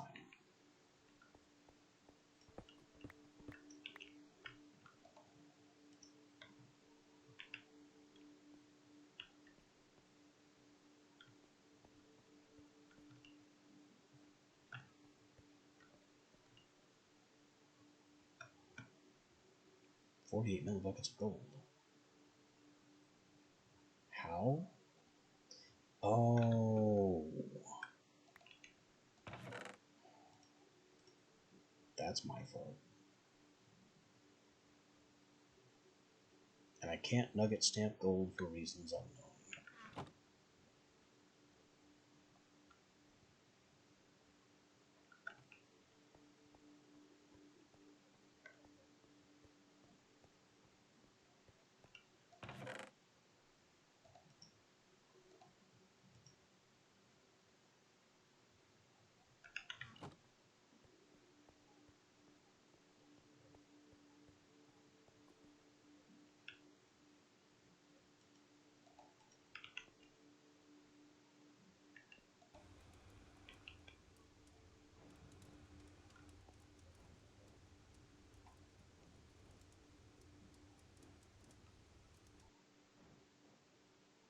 That's 96, with the copper being stuck. But I expected that. That was part of the plan. I just want to get to 144 to make the gold, then stomp the copper, then call it done. There it is. But I took the bar still, because I'm a dummy.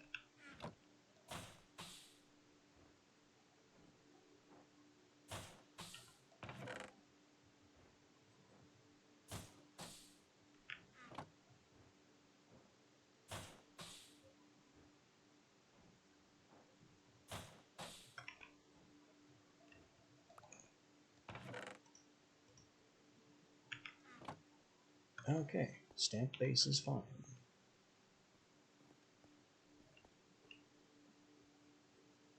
Charger not doing so hot.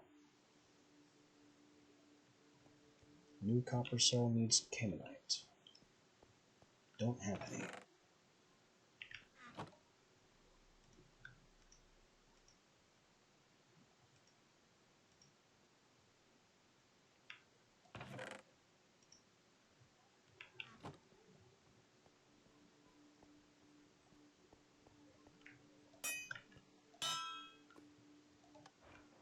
Temporarily routing you to the charger again.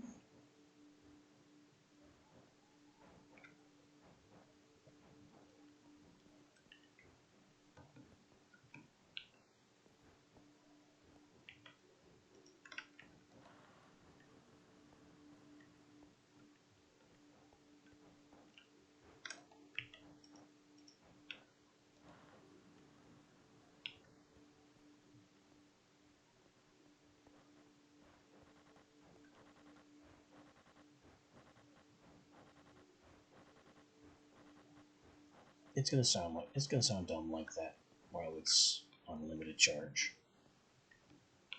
Also, I gotta get some cobble to plug this up.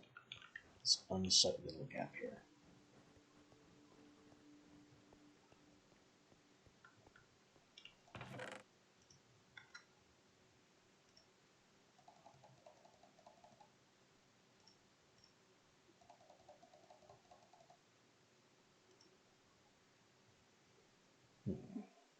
Where can I get more copper from?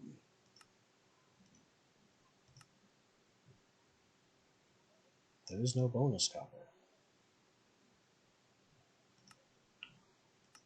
From anything. Well, darn.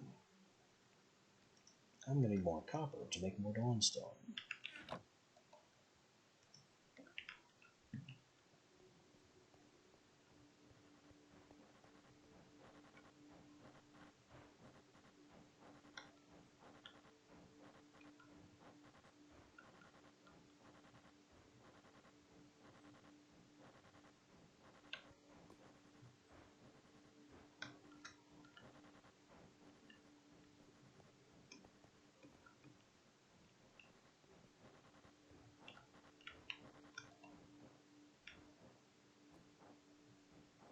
It just wouldn't cram the last 10 in. Fill it, thank you. Jeez. Waste my time.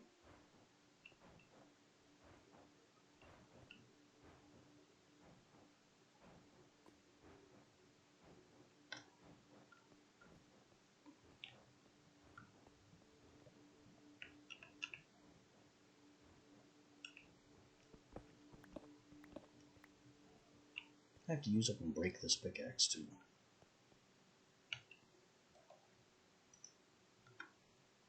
Unless I could get the Dawnstone anvil and break it apart. Repair it first, then break it apart? Or, no, break it apart first. Because I'm going to waste the diamonds in case I don't get enough diamonds back. I keep coming back here. There's nothing for me back here.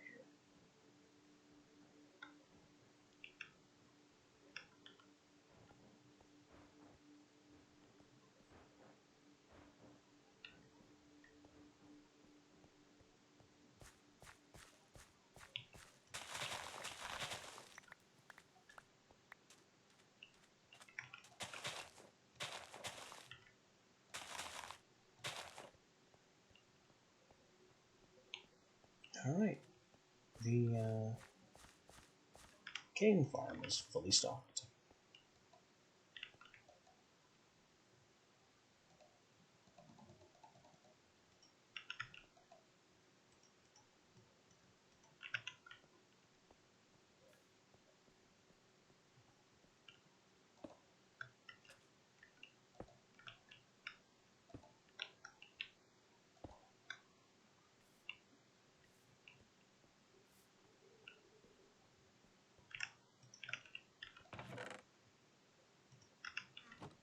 And I can plant a carrot. But not there. More like back there.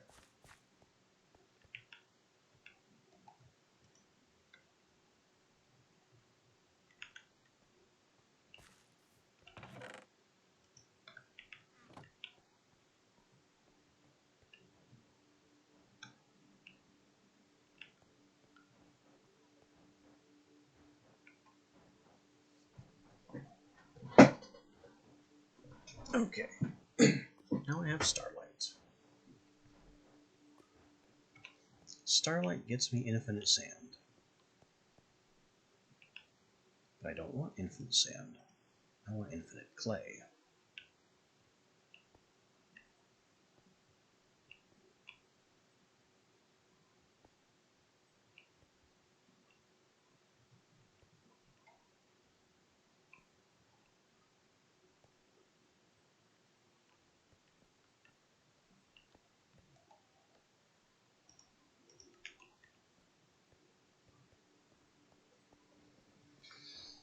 Infinite clay is going to require me to advance to the point where I can use the linking wand.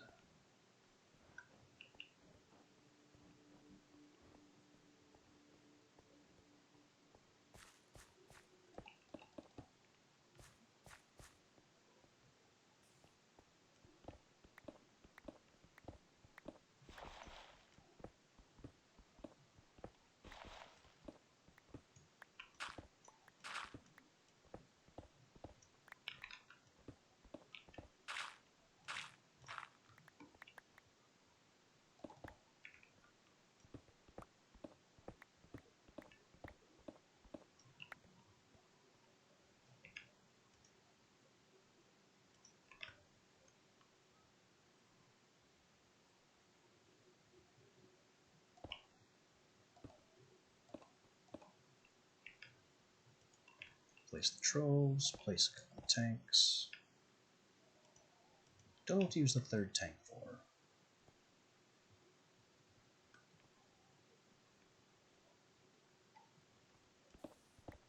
And my brazier can go right here. Guess what, Cobblestone? You're in the trove now.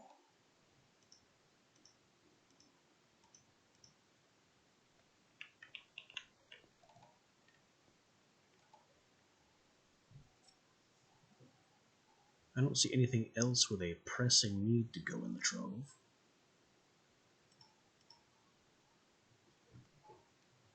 But cobblestone is definitely a good step in the right direction.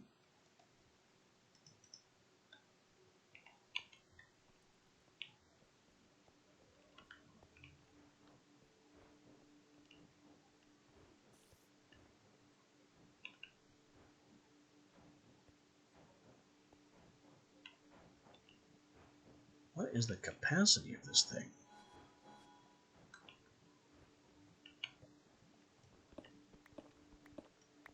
I mean, I can make paper right now. I could find out.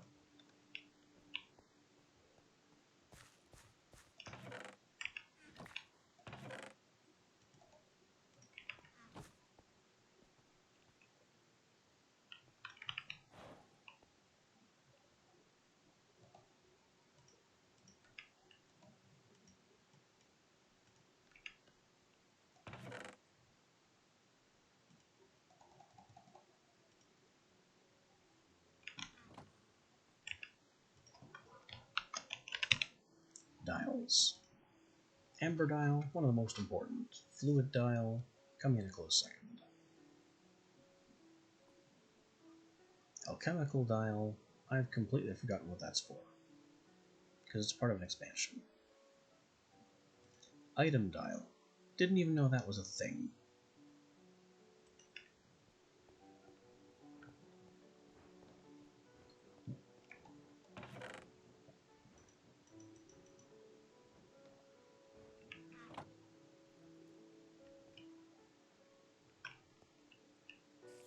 Oh, it's full at last.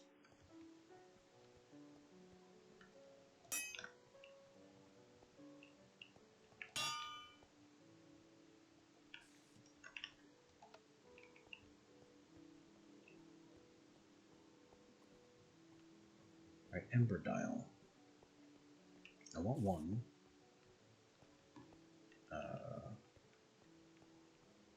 Possibly two?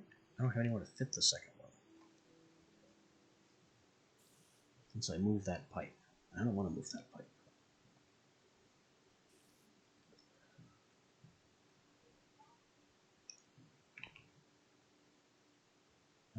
No, make it two, because I'll have a second copper charger.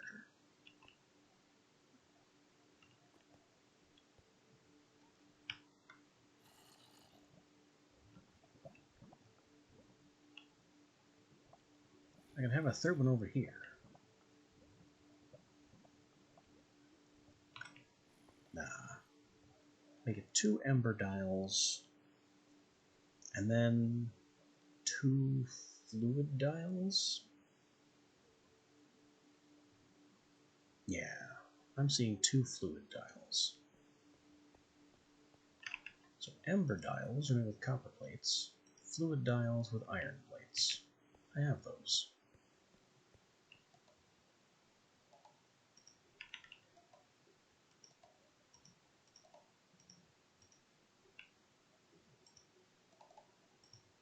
Two of these, two of these.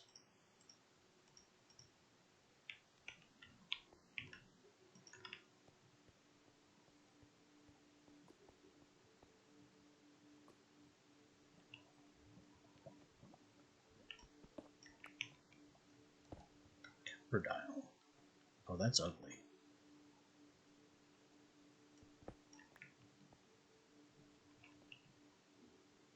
Oh, I see, I see.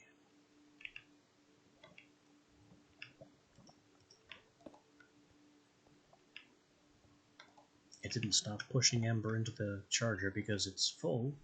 It stopped because the copper cell is empty. Whole different process.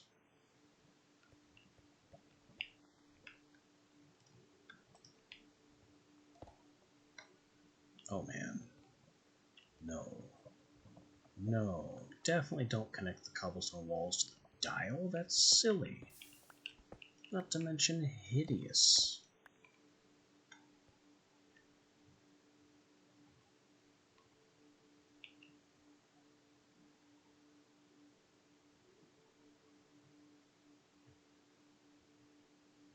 But now how will I prevent fires from starting?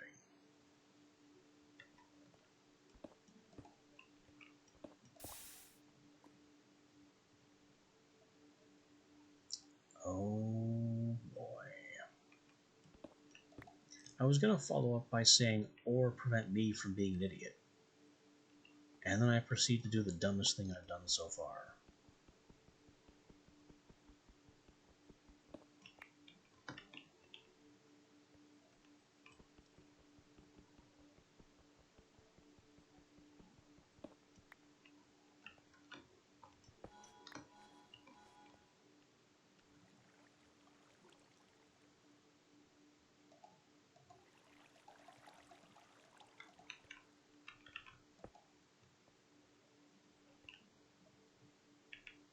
So now I need more lava.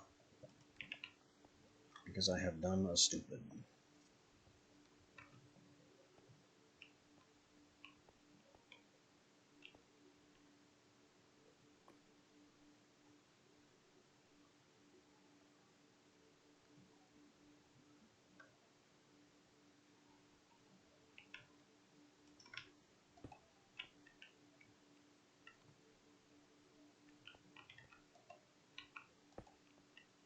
This should at least stop me from walking into most of the lava around here. And this last ember dial is for the copper charger to B that does not yet exist.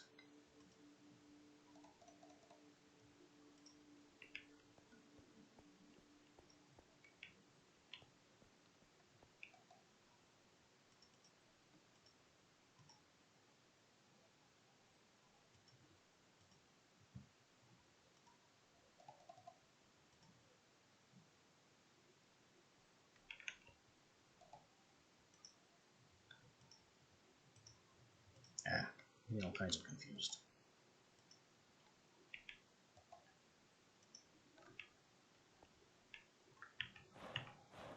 That's what this is for. Except I don't have... Oh no. This thing way down here counts as a gold receptacle. And this isn't part of the system yet.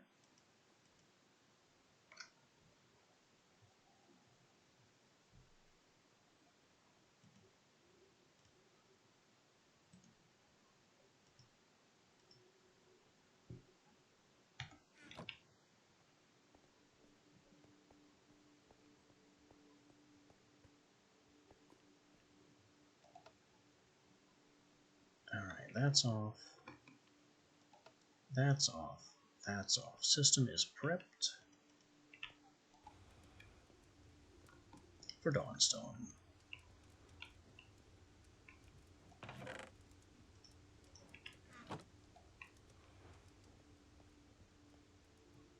Which I'll need more bars of.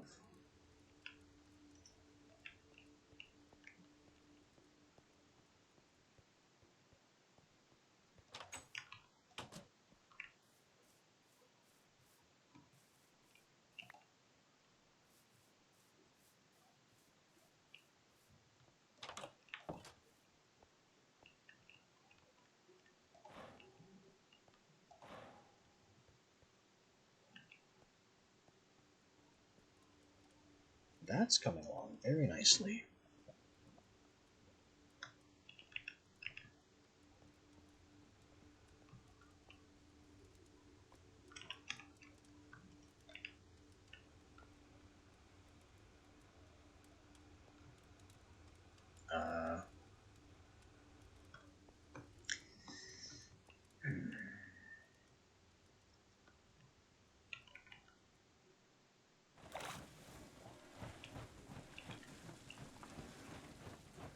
I am making a very stupid mistake.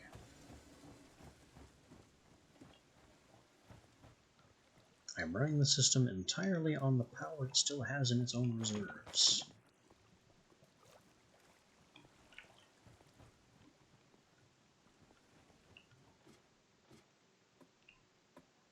While I'm here,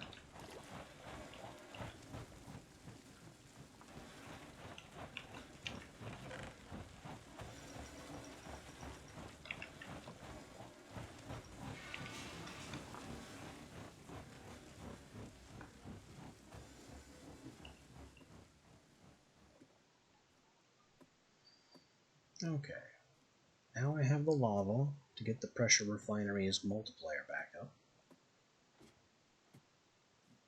After my ridiculous blunder, turning half of the power boosters into obsidian.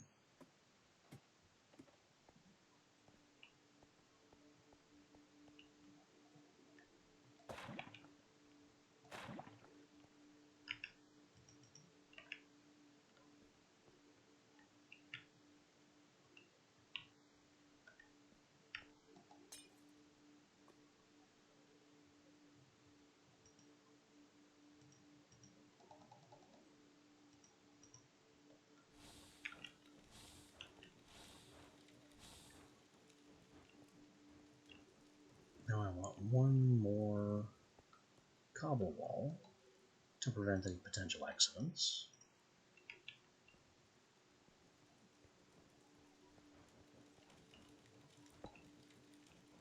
I'm not exactly planning to walk into the lava here, but I also don't want it to be possible to make that mistake. Lag does strange things. Now we'll cut that off. Add the copper.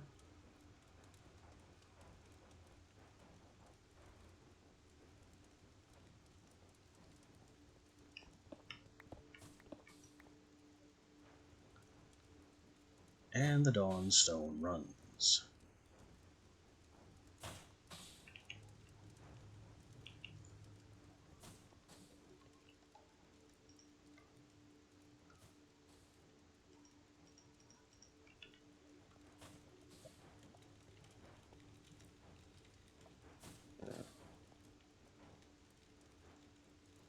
There could be potential in putting an ember dial here.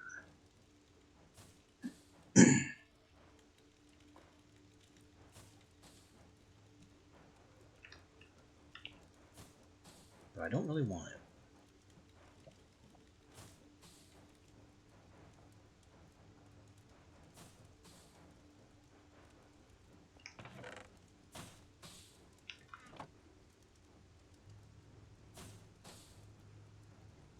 Oh yeah, and we have the silver over there from the gold. And we'll have more gold from this copper. So these are their own kinds of problem. Oh, I have our Dawnstone plates already. Because I think I want at least 5. I have 7. And plenty of blocks. I could have just made a Dawnstone anvil this entire time.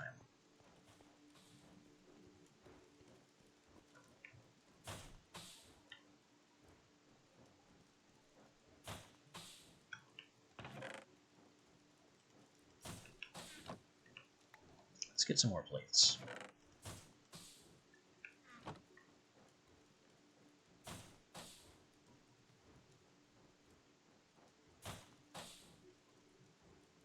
Once that's done stamping plates, we'll switch back to bar and process our bonus materials.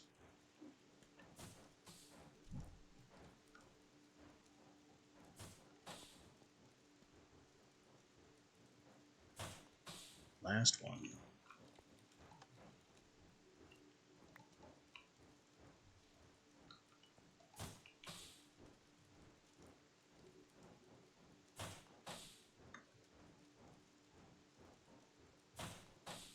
$3 worth of silver. And it should be $3 worth of gold.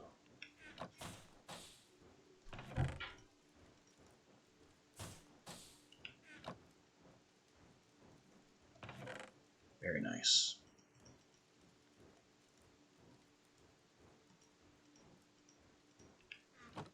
And let me grab that.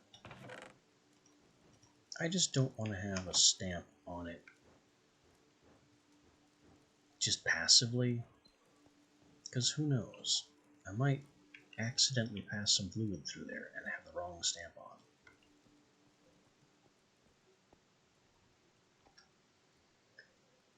Alright. What then is the next move?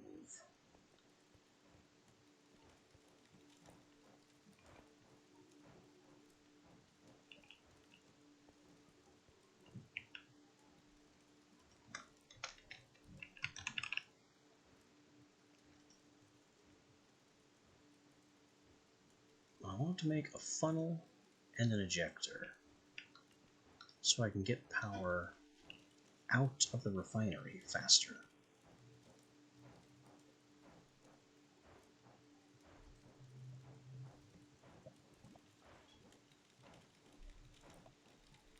But that means I'm going to have to take this emitter. And the problem with that is that this emitter is crammed full of power until the refinery is empty.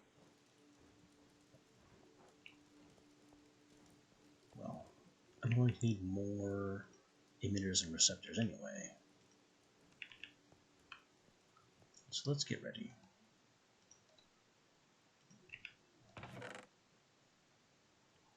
With copper and iron, emitter, receptor, funnel, ejector. Spread burst requires things you don't have access to yet. Relay. The sole purpose of the relay is to stretch Ember further.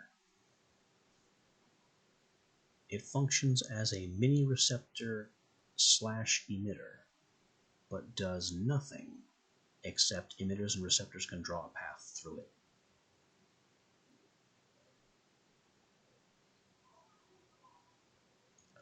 Where's the... Oh, it's called a beam splitter.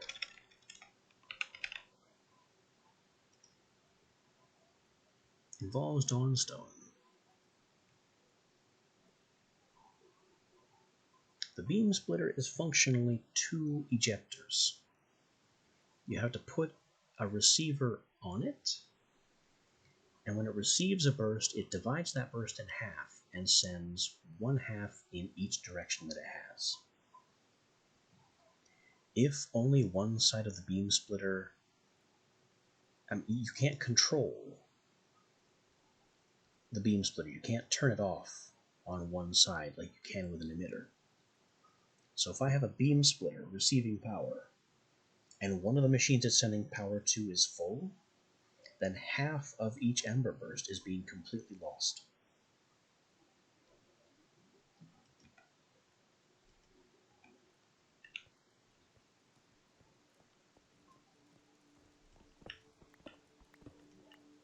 Beam splitters are interesting. They're a rudimentary way to expand your beam network, but they're also flat out a bad idea.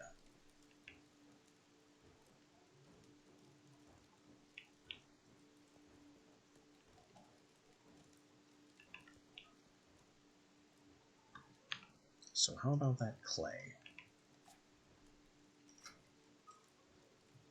Well, I'm going to have to upgrade my altar to do that, which is going to involve starlight, and I'm going to want a Phosic resonator, so I know where to put my upgraded table for best effect.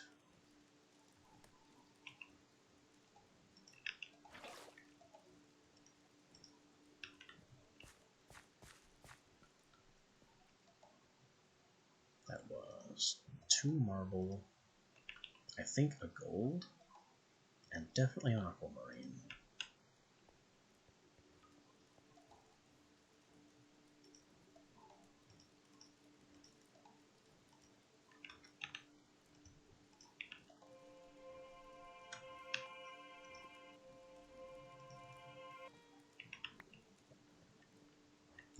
We gotta look for star pools again.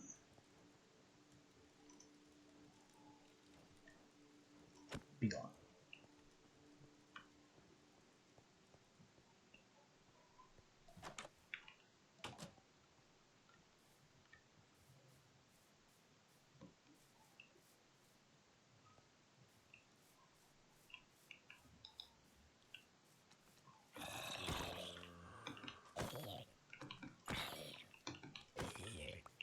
Looking for star pools is going to be very interesting on this map shape.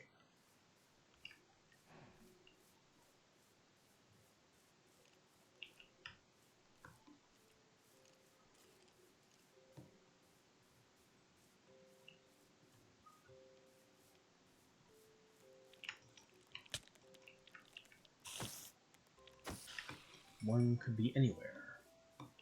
And they do have a habit of being nowhere useful.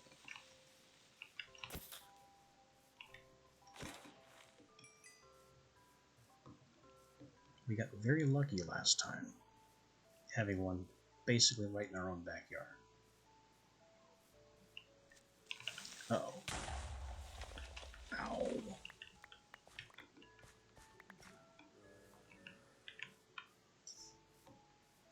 Getting tired of these surprise creepers. I'm in full iron, and it still hurts like hell.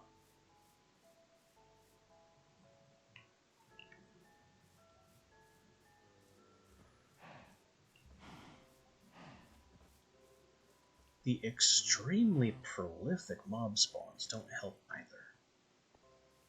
These things are everywhere.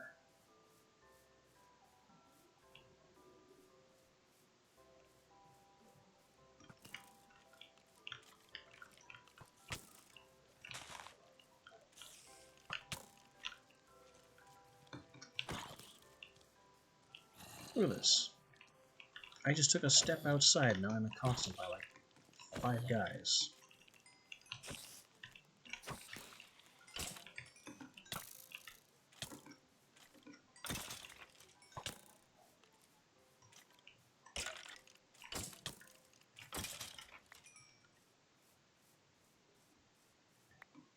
And they tried to circle strafe me. Oh no, the moment is lost.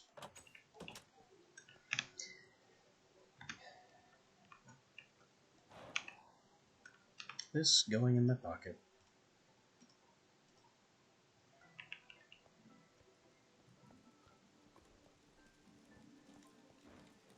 This is still pushing power out.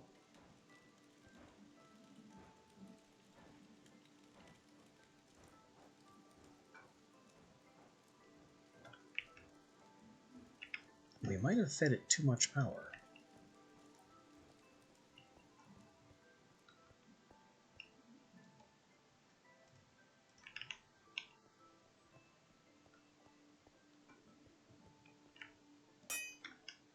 Nope, nope, it stopped just in time.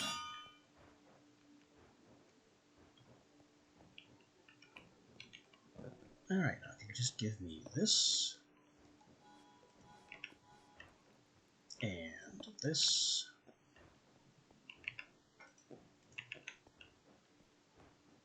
So I can apply.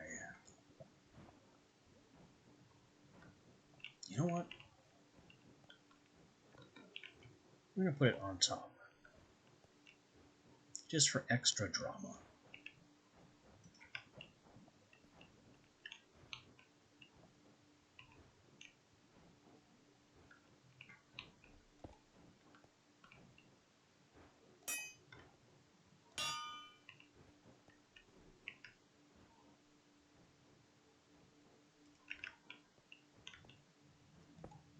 Keep the lever on.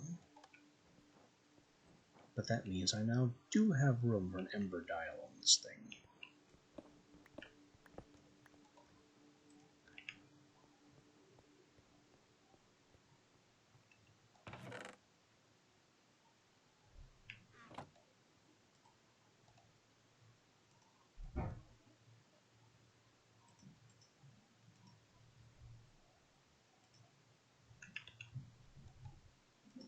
Plate, paper, redstone.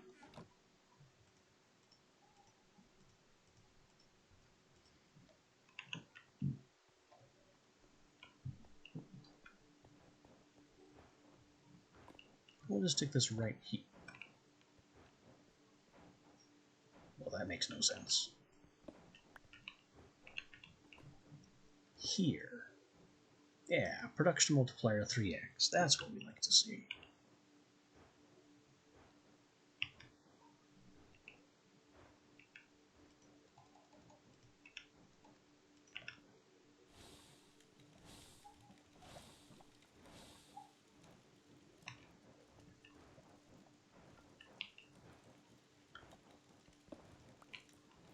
I can move this to this side for easier reading. Now all the dials are right in easy reach of one another.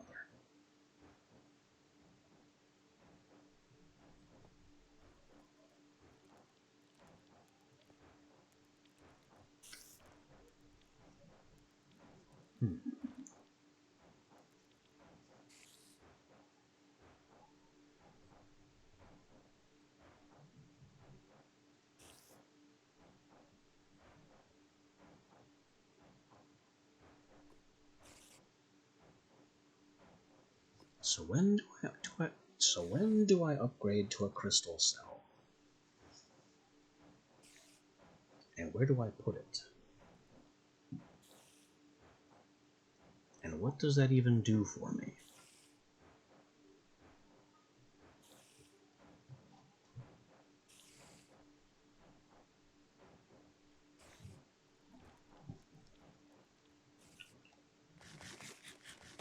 Because the crystal cell will also need a mechanical core so I can access it.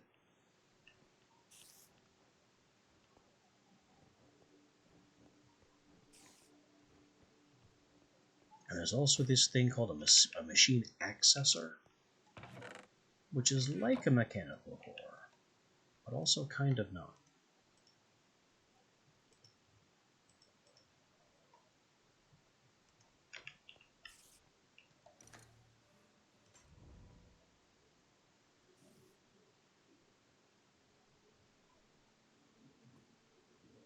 So actually not this. Unless... Oh no, this is it. The mechanical core and the machine accessor. The mechanical core acts as a proxy, and the machine accessor attaches to provide an even more extended interface.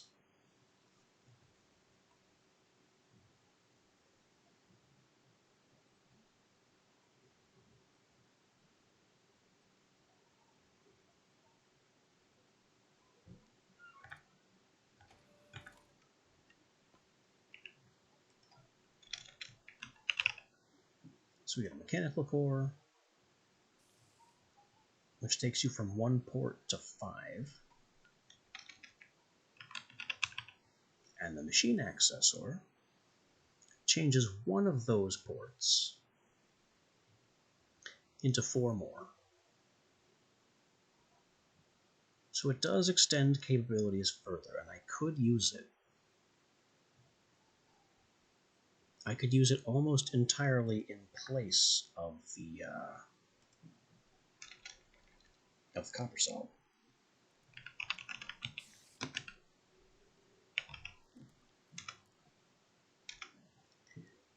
Crystal cell, it's called. Copper block, dawnstone block, copper block. That's actually not that expensive considering what we have access to right now.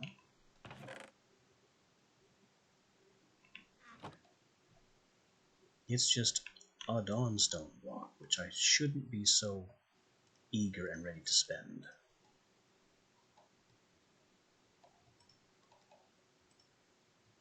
You know, it's only a block of dawnstone. What's your problem?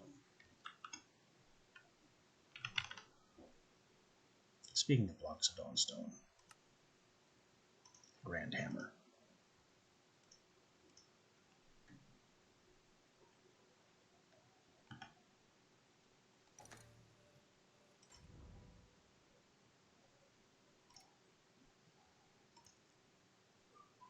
Pickaxe, Grand Hammer, breaks blocks, can receive enchantments,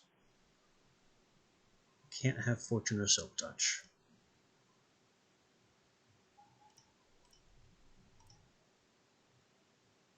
Additionally, when powered with Ember, they will set hit enemies on fire.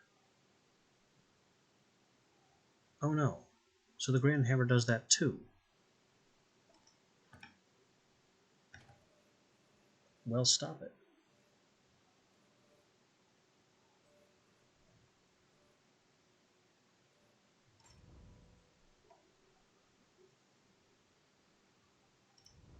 Weapon augments. Mundane stone. Some tools weren't meant to be used as weapons. Pounding this stone into your tool makes them deal as much damage as an equivalent tool that was meant to be a weapon. Okay, so the entire point of mundane stone is to bash into your pickaxe, and this turns your pickaxe into an also sword. Winding gears. You can right-click it to grant you auto attack, and it also does other things. Winding your boots gives you spring jump, and bounce, and sprint jump. But you must hold a wound-up tool in hand to use the wind-up boots. Okay, seems a little strange. Superheater. All broken blocks and drop downs will be automatically cooked. Additional fire damage, higher fire damage, and will require Ember in your inventory to function. So, I'm beginning to have a dumb question. Okay, they require Ember in your inventory to be used. So when powered with Ember, they hit enemies on fire. And when not powered with Ember, they don't even function. I hate it. How did I forget that little detail? Blasting Core. When you break blocks, it will break nearby blocks. When applied to weapons, they explode. When applied to armors, they explode and the armor takes damage. But the explosion is good. Caster Orb. Swinging weapons also fires bullets. Since the Caster Orb allows tools and weapons to shoot bullets, a tool or weapon with it can accept augments that modify projectiles. Resonating Bell. By right-clicking on a block, nearby blocks of that type will glow, unless the block was already a very significant part of nearby material. So I could, like, right-click a block of iron, a block of iron ore, and it would highlight all of the other blocks of iron ore nearby. Armor augments. Wind up tools, wind up boots. We've read that one. Blasting Core, we've read that one. Shifting scales. When you are not moving, you will grow 1/3 of a protective scale. Every hit you take, the scales will break away. So it's like the Witchery Stick Shield. I'm pretty sure shifting scales come from the Ender Dragon, though. Eldritch Insignia. Mobs will fear you. When you add more symbols, more mobs will fear you.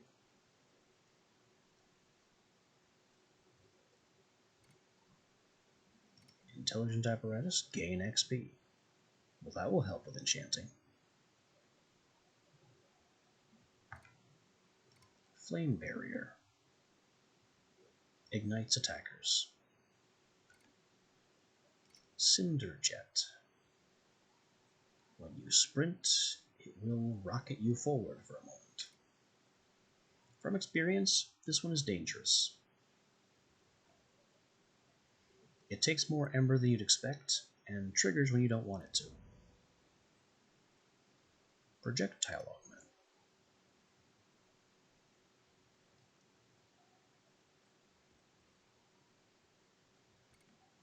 Diffraction barrel turns the blazing ray into a shotgun. Also works with the cinder staff. So instead of a single accurate blast, or an arguably accurate blast, it fires a lot of inaccurate blasts. Focal lens. Either the cinder staff's fireballs become homing, or the ember ray's beam becomes piercing. Maybe it has potential combined with the barrel. And the Beltane brazier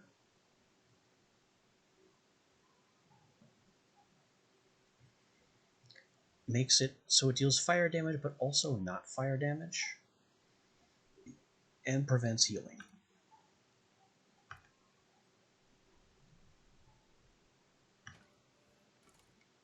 Kind of neat. But these are all future things.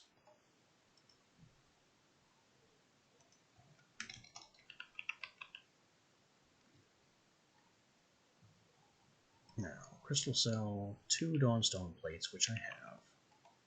So this should just be craftable.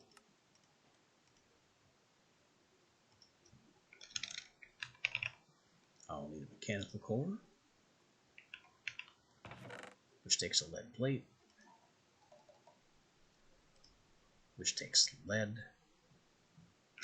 Don't I get silver from lead? I do.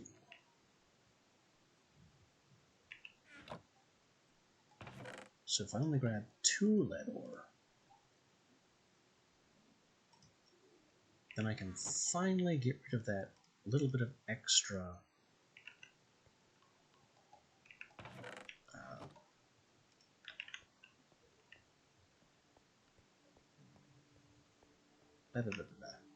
brain is shutting down. The extra silver nuggets. They've been sitting in here for far too long.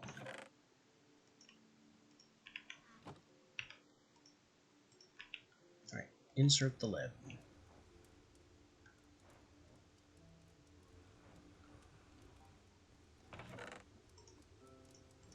I'm making lead plates. We are sending the lead over there and it's being completely wasted. Well, damn.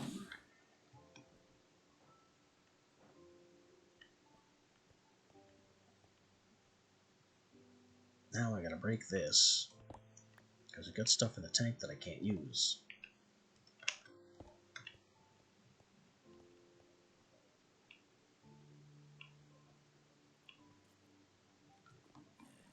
And I think that also completely trashed the ember that was in it.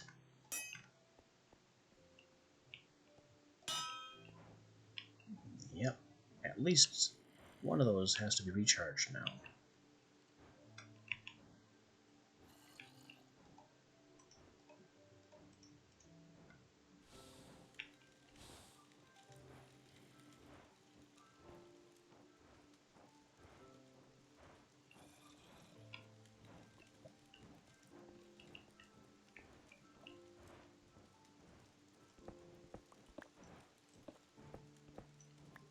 We'll just cut that so I can actually see it happening.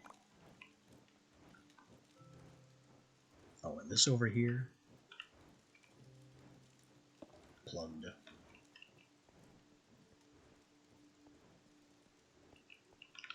This needs upgrades.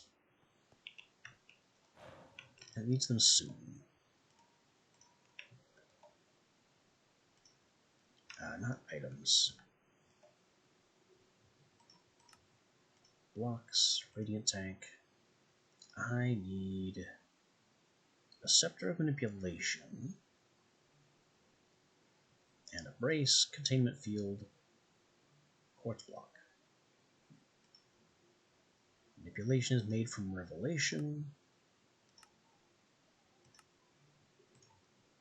Revelation is a nugget and a crystal.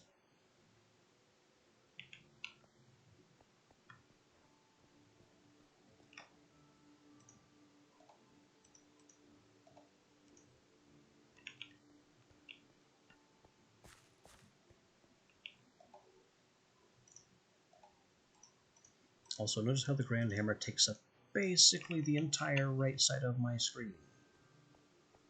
Not happy about that. Not even a little. Alright, Scepter of Manipulation.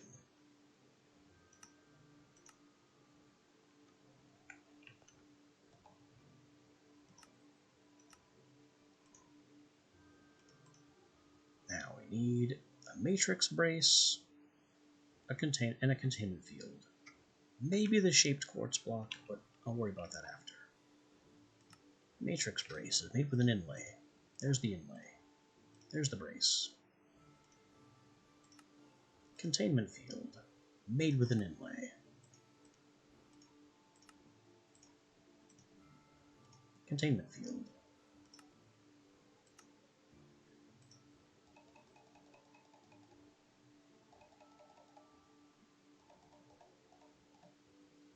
And there's the block of shaped crystal. Just because.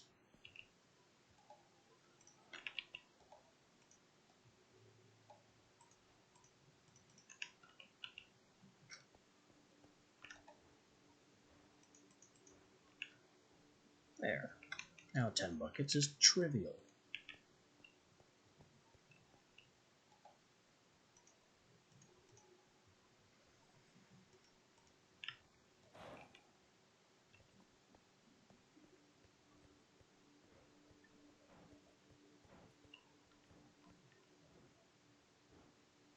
Molten silver. Needs the nugget stamp.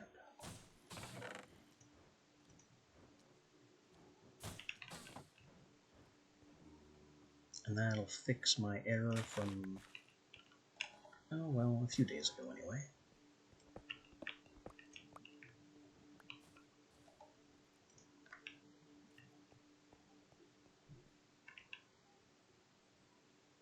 Next up, the mechanical core, which involves a good bit of iron and a redstone. I should probably process some iron, like a lot of iron, because we have so much iron.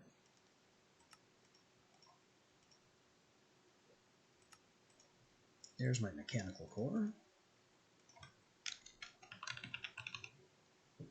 Machine accessors involve Caminite.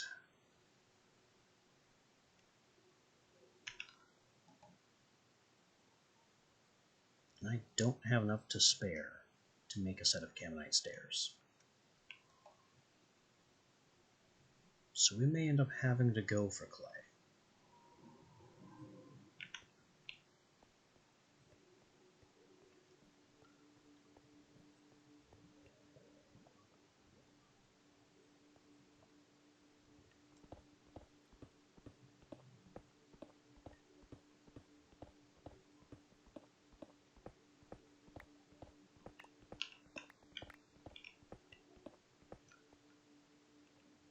What I'm doing now is cutting a space for the crystal cell, because it's kind of big.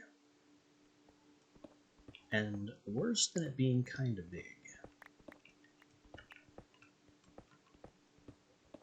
is that it's kind of awkward to find room for all of the bits and bobs and emitters and receivers that need to be on it.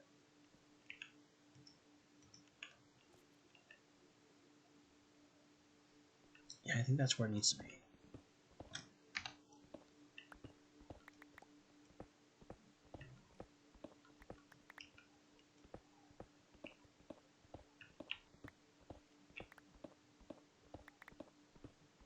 And the purpose of this block right here is to have a place to put the darn thing. Oh, I didn't know it made that kind of noise. Ugh. We just introduced more terrible humming noises.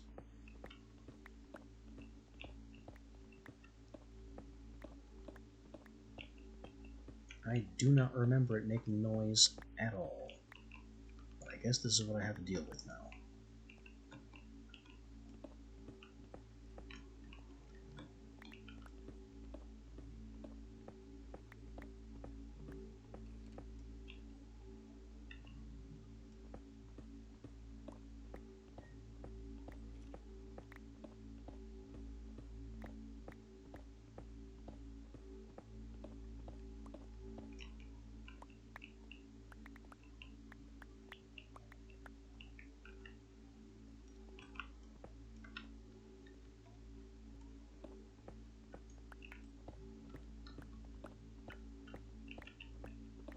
So here's the inconvenient part.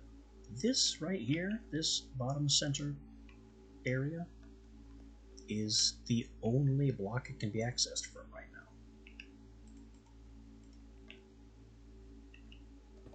So that gets a mechanical core on it.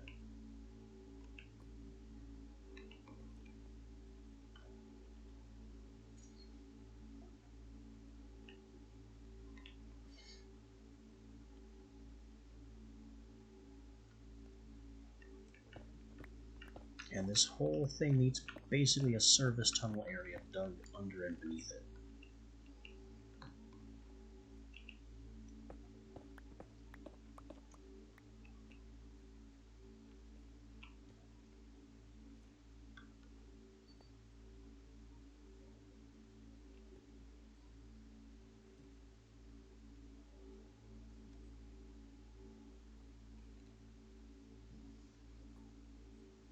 I think I have a solution.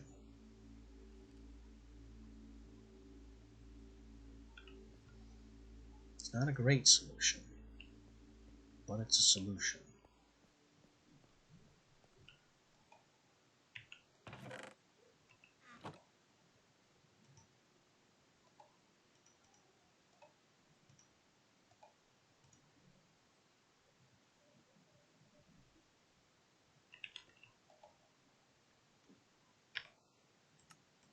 Get another funnel and another ejector for throughput.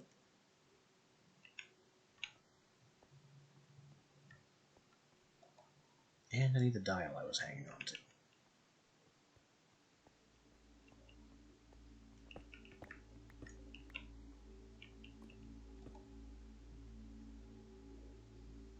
It can fit. That's not nearly enough.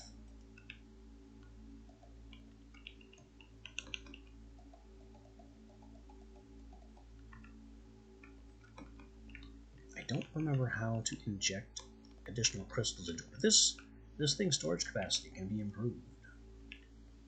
That is one of the major points of making it at all.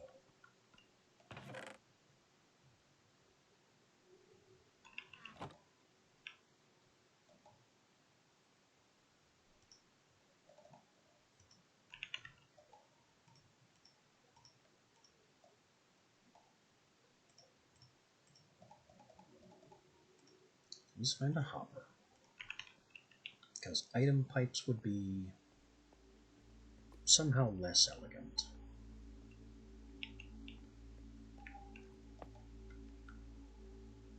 It has 64,000 storage, which is a lot bigger than what the copper cell can fit.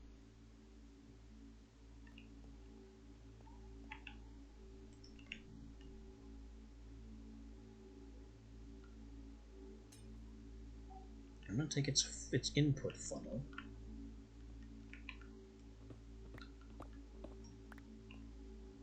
put it on the bottom.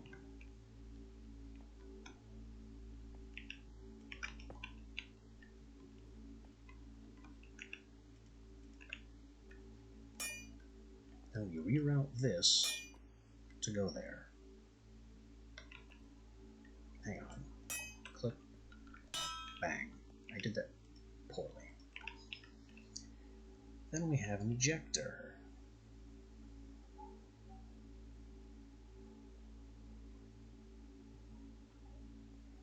On the back. And that routes here.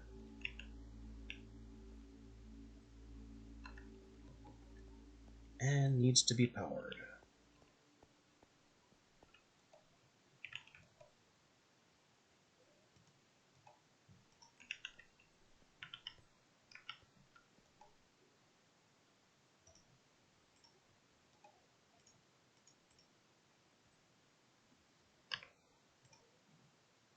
How do you get grit again? By stamping shards.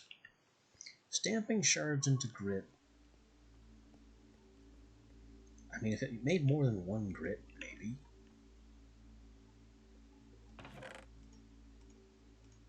Let's see if it makes more than one grit. I'm curious. No.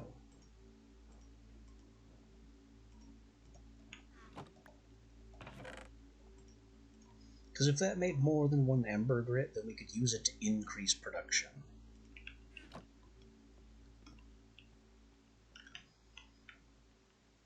And therefore multiply and recycle our fuel for the boar. Doesn't do that, though. Anyway, 64k storage. Plus a crystal. 88k storage. 112.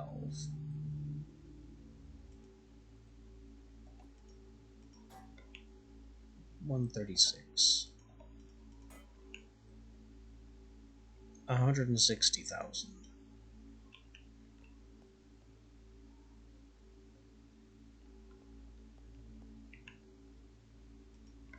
Now about powering this thing.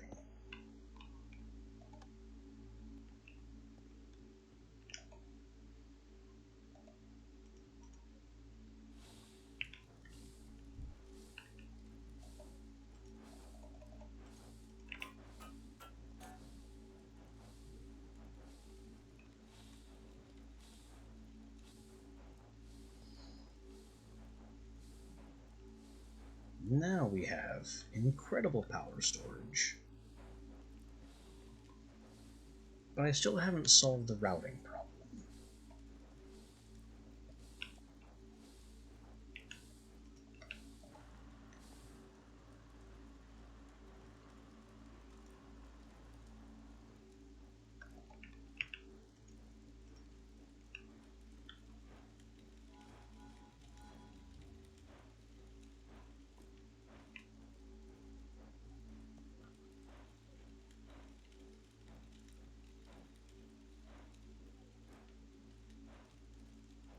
This is being pushed at 100 at a time. A lot better than the 40 at a time you get. Oh no, it's 300 at a time.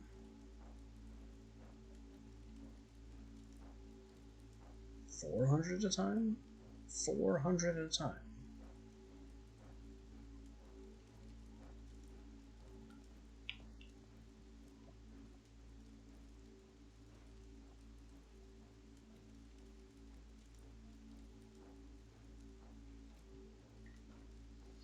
The goal would be to take this cell down. Actually, no, the goal will not be to take the cell down. Because the cell runs our melter and such with efficiency. Or rather, it used to.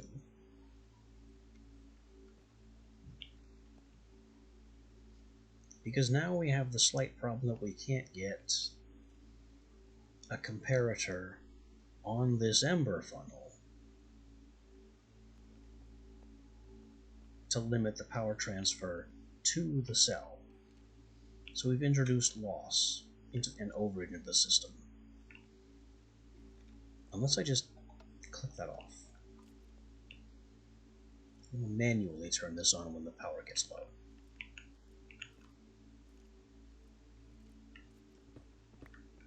Is it a good answer? No. But it's at least an answer.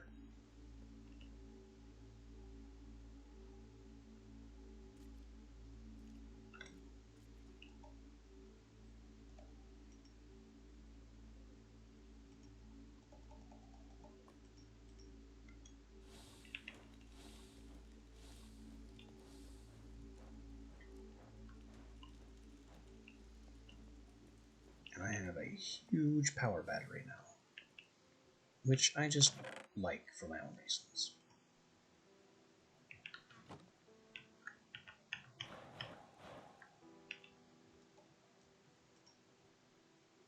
Lead plate, dawnstone plates, granite, iron and gold, ember crystals, and etc. Those nuggets that are now a full silver bar. The hammer. Progress is happening.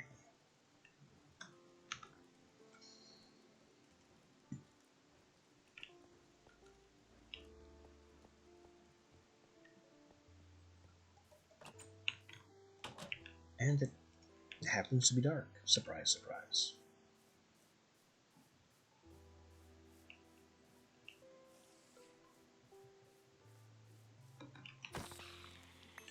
Bonk. Okay, guys, calm down. There don't need to be 3 of you.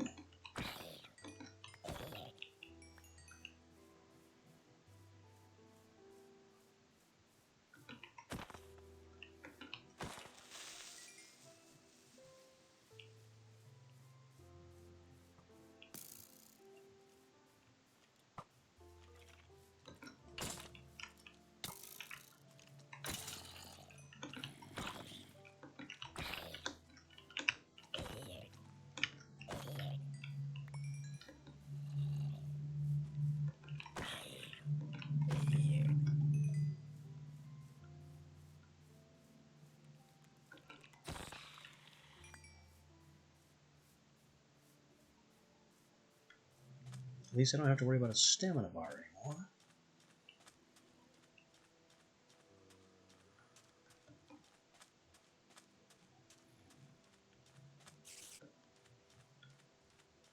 Although it's looking like I might have to give up on the whole star pool thing.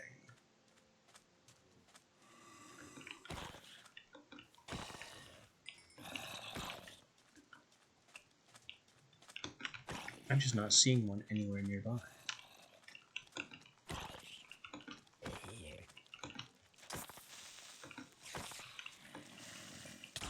Oh, jeez, another one.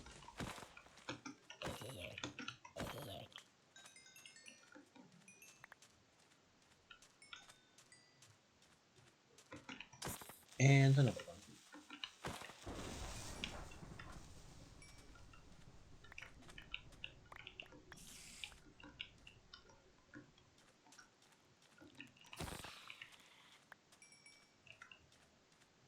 So yeah, no clear star pools.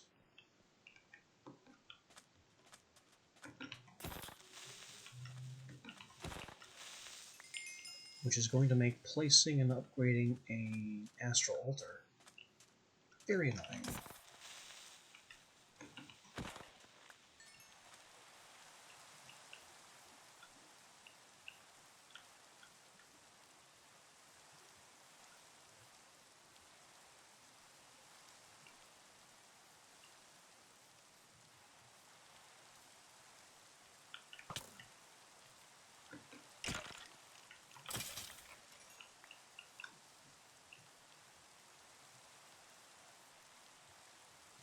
Well, this is one up there. That might be usable.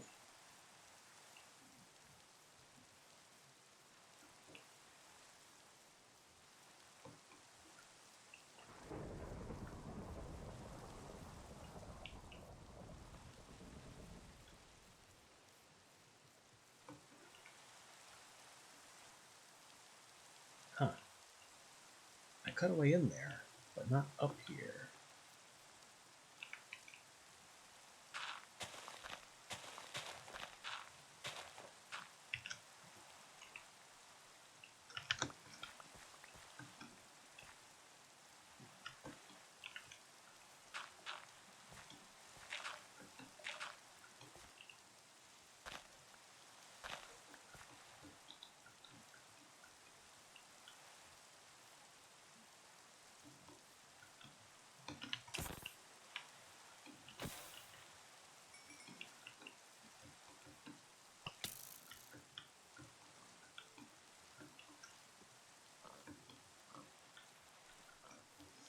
Nope, not seeing a star pool up here either.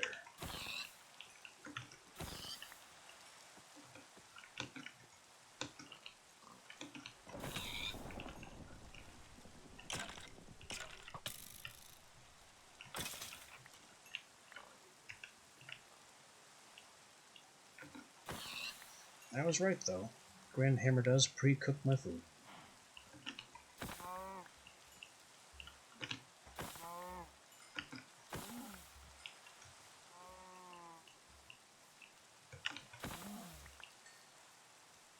That doesn't make it good enough to replace the fact that I can't get ender pearls with it, since the enderman will instantly teleport away to being on fire.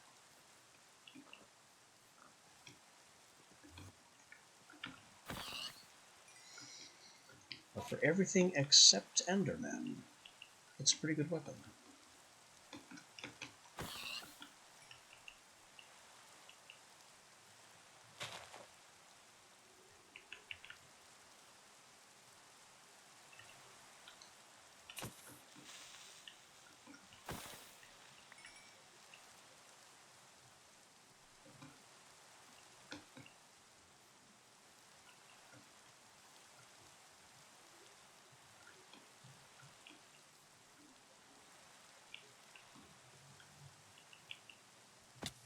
Okay then. No star pool.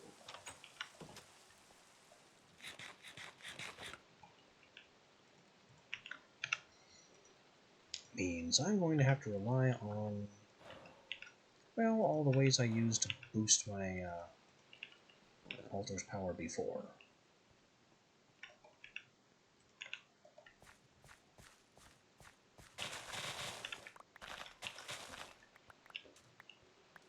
So it's honestly not really that big a deal.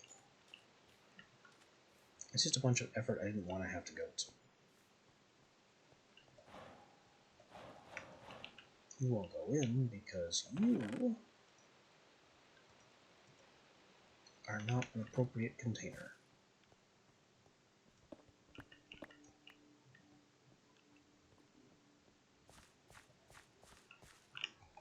Farm container.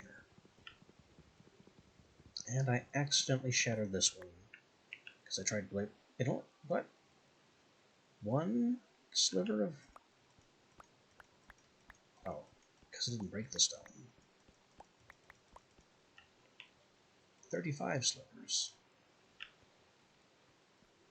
I should really use these more. They are better than torches.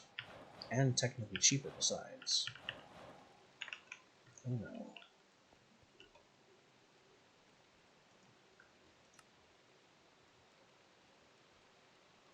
There.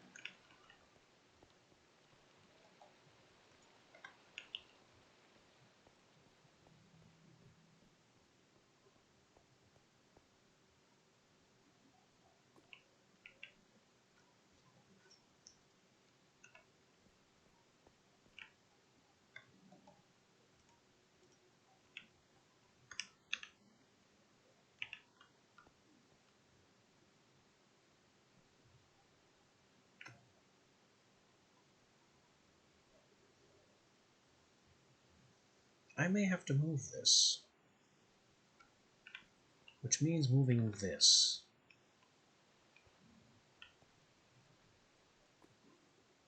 Because as an experiment, I want to keep this altar underground.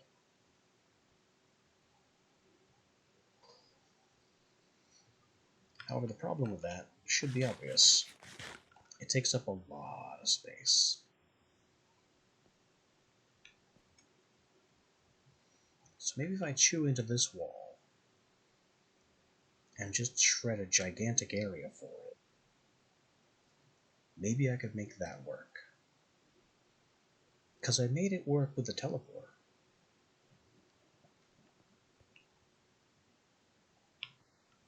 It might have to go lower, though, because it is kind of tall when it gets bigger. And we are not very deep. Oh. I also kind of thought this might happen.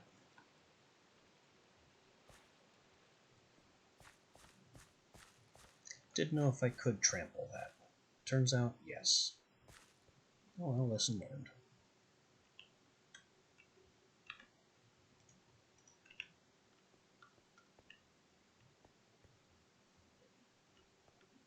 Anyway, incredible power available. Let's get some of our iron processed. Got stacks of the stuff.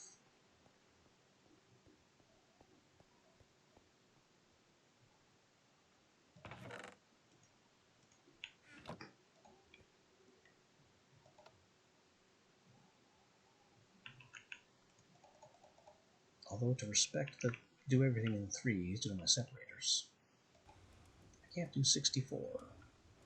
If that's off, that's on. We should have bars coming shortly.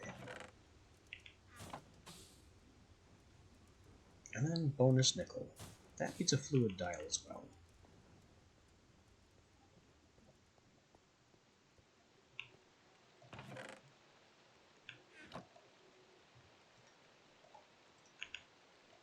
Plate, no paper. Redstone. Is that crystal? That was crystals. Those don't go there. Go where you should be.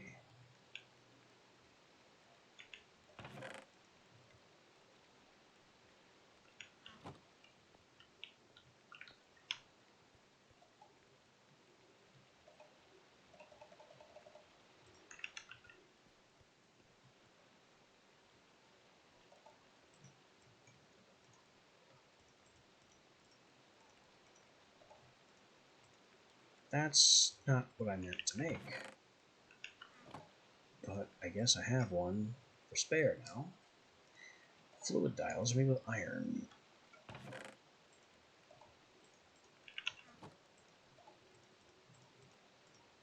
That's what I wanted.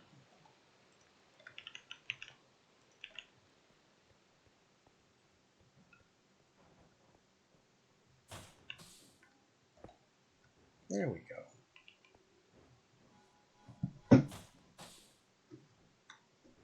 Now I can see what's in the bonus area. It'd be easier if this lever wasn't here, but where else am I going to cram that lever? Maybe on the floor. Strange, but technically functional. Less obvious, though. Needs to be very clear that it's on that extractor.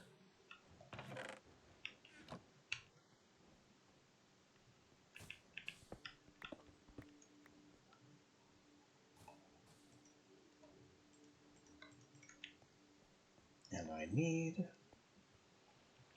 an overflow container. One that doesn't have this checked.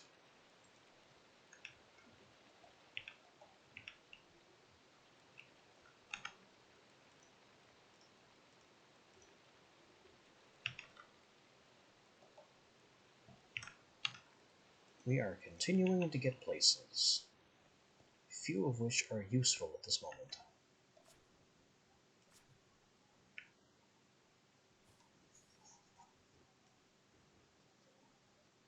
I do need to do this upgrade, though. Starlight bucket, 4 pillars, 2 chiseled, and a rock crystal.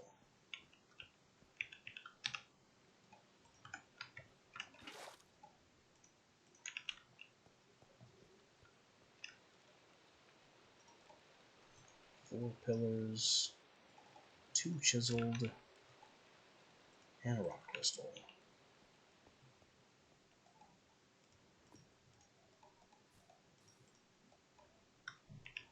So this will be ready to completely break at any time. Because once I upgrade it, it'll stop functioning.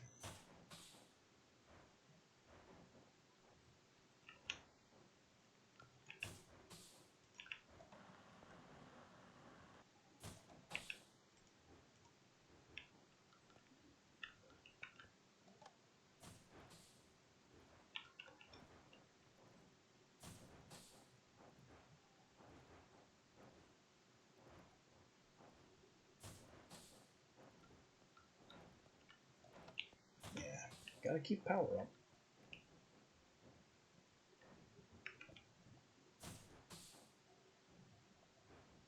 Why isn't this melting anymore?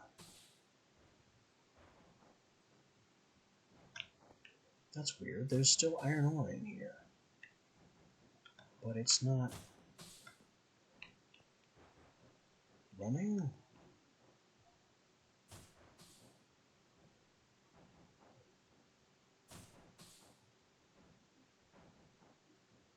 Maybe it is running, just silently. It is running, just silently. Because the iron ore number is decreasing. Jeez. Give me paranoia attack because you're not running right.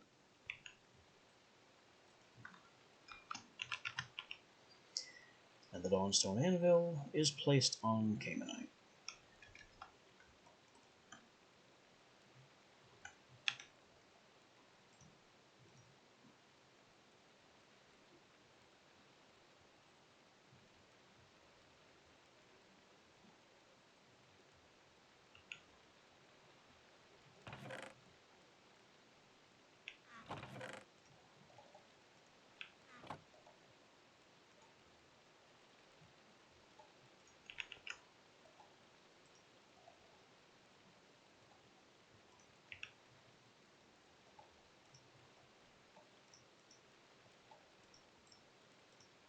Enchanting table.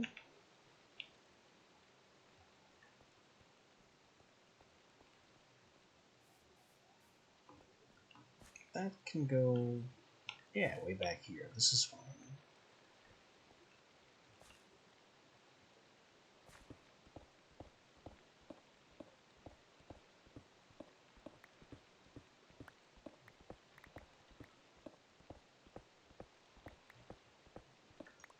Can I cut this one more row? One more row.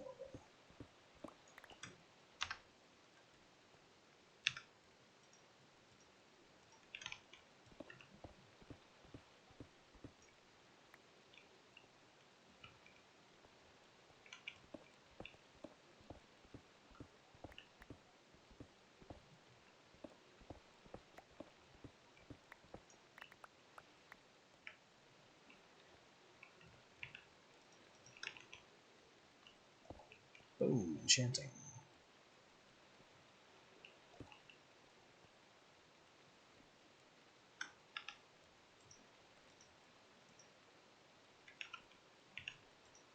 Next I need bookshelves.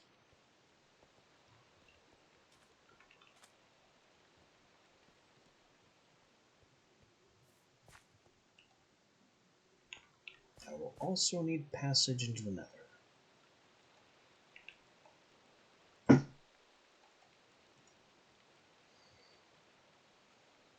Which will be done with all the usual tricks.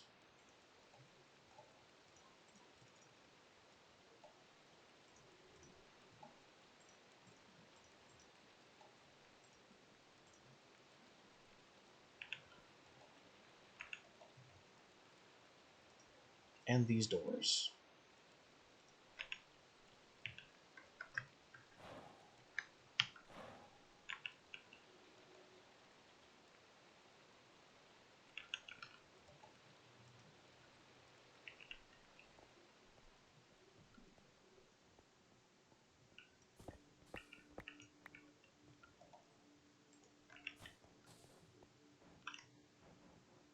Iron is still going strong. Nickel's still coming.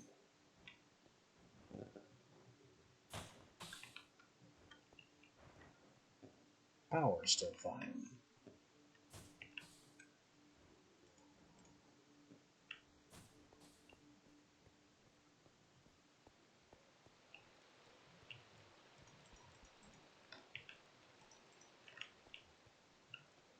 Where am I going to put this portal? How about up this weird little area? I've never built a portal up before.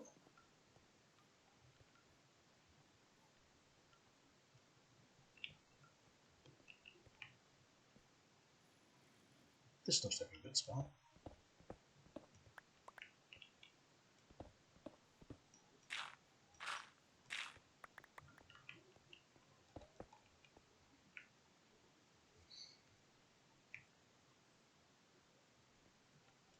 one more space back.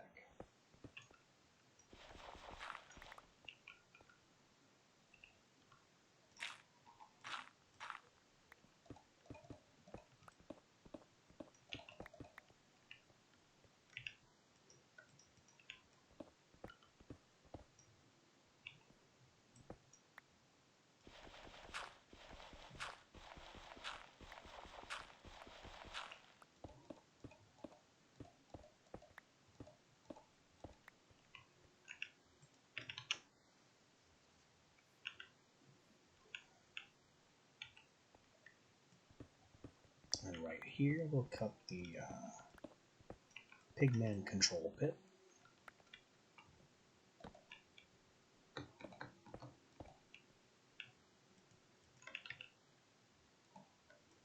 Sign 1, sign 2, carpet 1, carpet 2.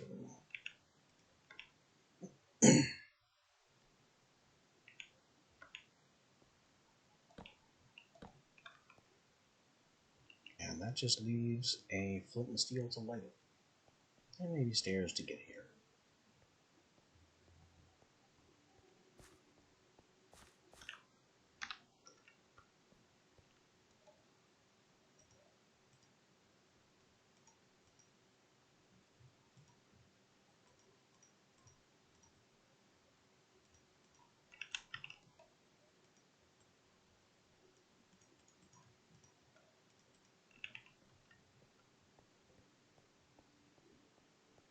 That was the iron done. That would be the iron done. Alright then, let's get our nickel out.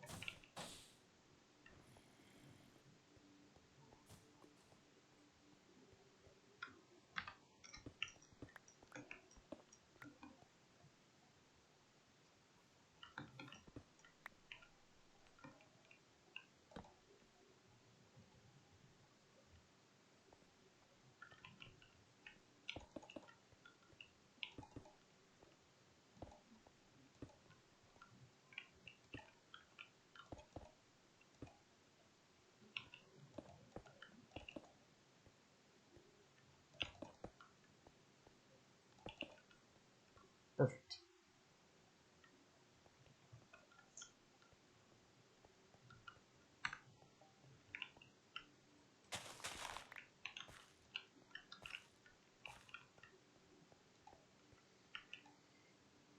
And this is ready too. So we'll do that, much to our own detriment.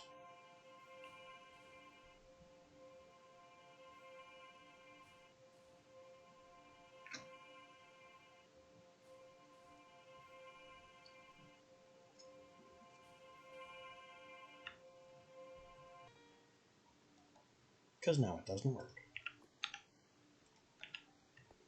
Also, stupid question.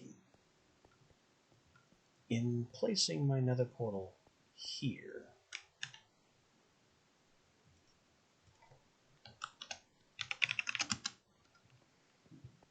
have I screwed up? No, that's way too far to the left to be of any bother to the Astral Sorcery altar I need to put back here. Because it caps out at what, 13 by 13? So 1, 3, 5, 7, 9, 10, 11, 12, 13. Oh, I counted all wrong. 1, 3, 5, 7, 9, 10, 11, 12, 13. Yeah, it'll fit here.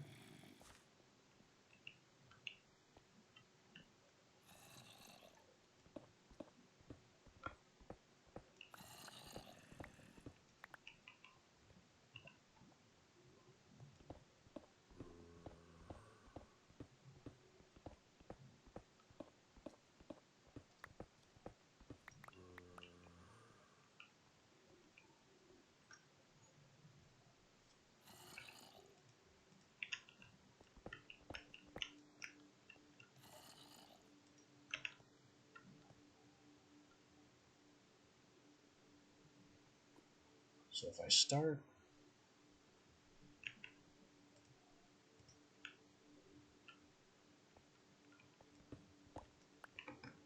this row being off limits. We build our altar starting here.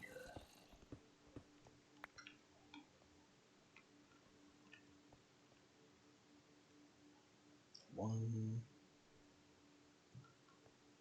3, 5, 7, 9, 10, 12, 13.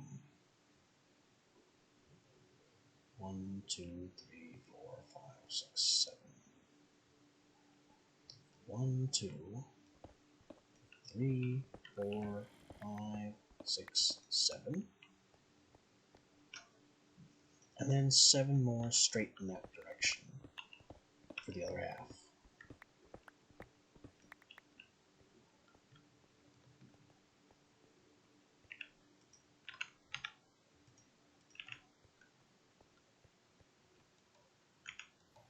What am I even talking about? Well, the necessary upgrade and placement of the improved altar, of course.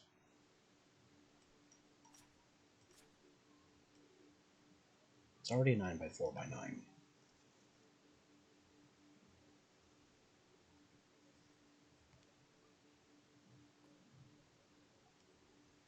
And it gets tall, so I might end up cracking through the ceiling and having to place some walls. I really don't want to have to do that, though.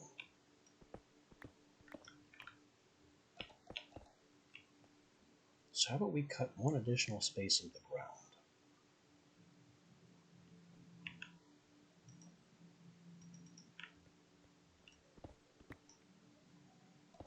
The key thing is, though, that right there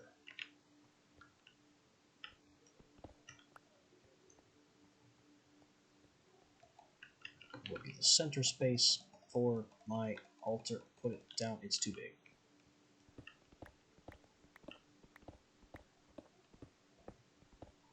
Or it's mad about not being able to see the sky. I don't know which. There we go.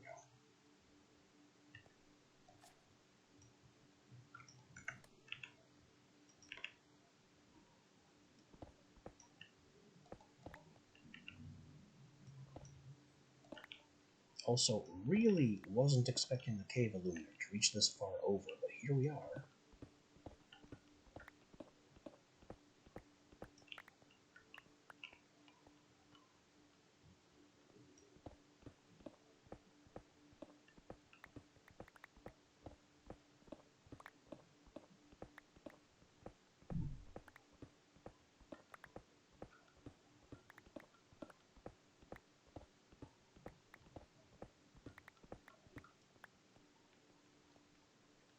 Three, 5, 7, 9. 3, 5, 7, 9. 1, 3, 5, 7, 9.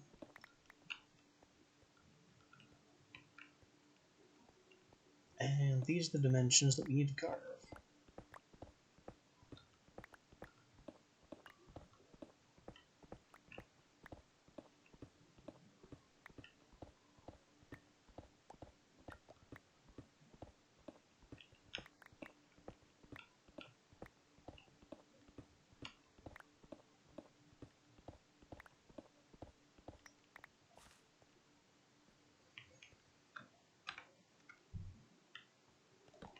Making, of course, no mention of the additional vertical shaft I'll need to cut to let the moonlight back in.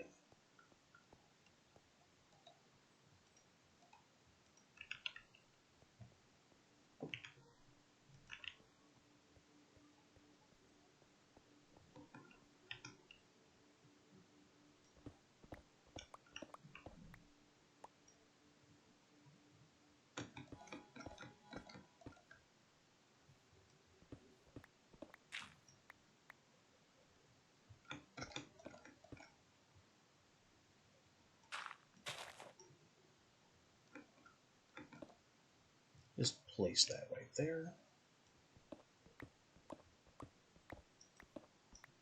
this might actually be enough space. It could very well be.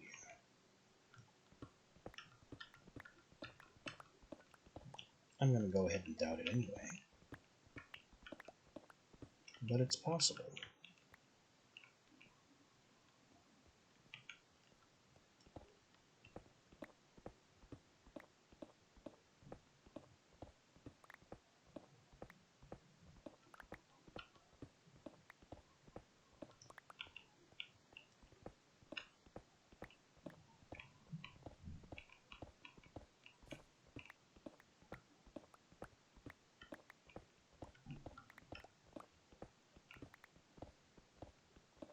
I've never tried one of these altars indoors before.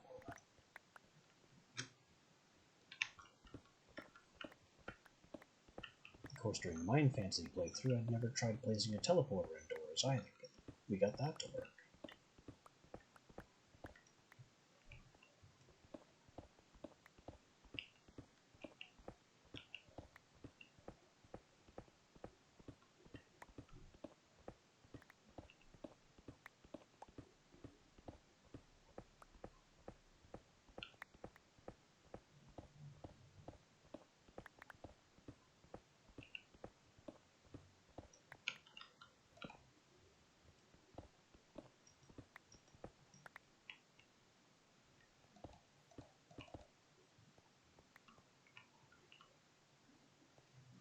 Three, 5, 7, 9. So this is as much space as we need for now. And more will be required later. Not even all that much later. Just a couple levels down the road, basically.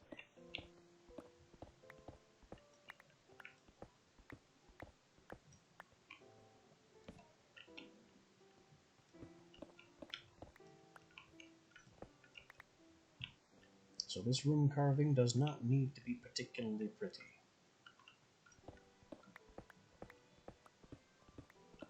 Because it's absolutely expanding in, well, soonish.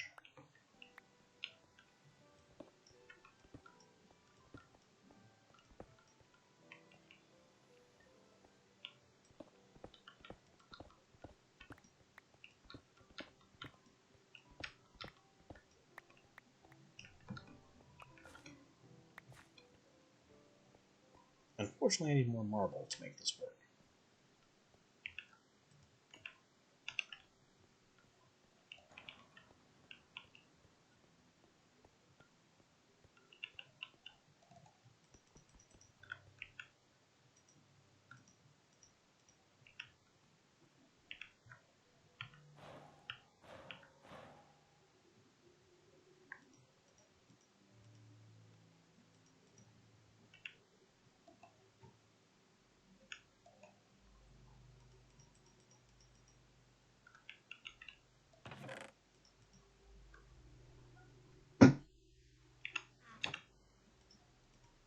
So instead of fussing about with that any further,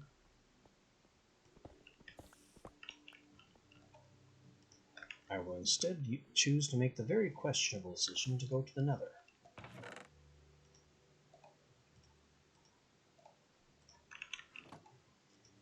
We'll peek about, build our beachhead, and maybe that could do it for the day.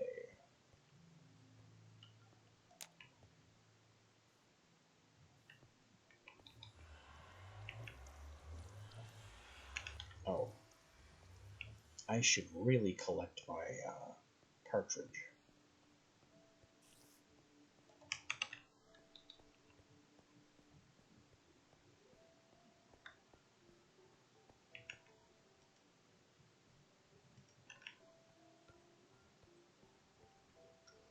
Here we go. Let's see how bad it is.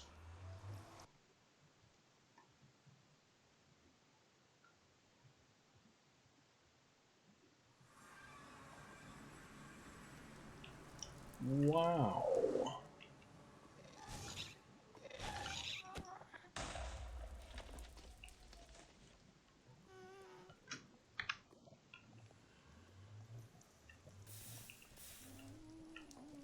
An immediate giant lava flow.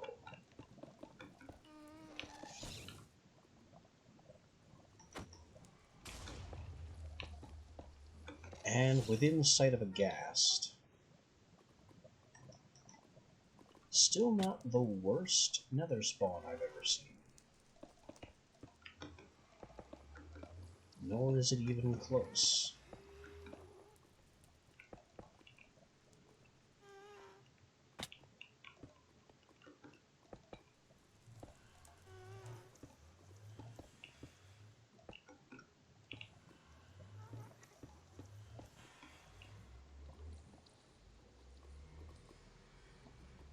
I think I'll be wanting the door on this side.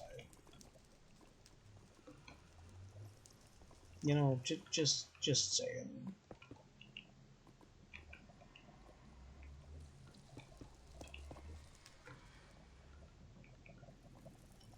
I could also go up there and solve the lava flow.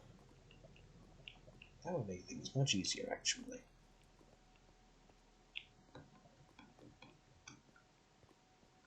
Since there's such a convenient kind of hillock ramp area. And this is our offending lava. There. Gigantic lava flow solved. Or it will be, once the flow catches up.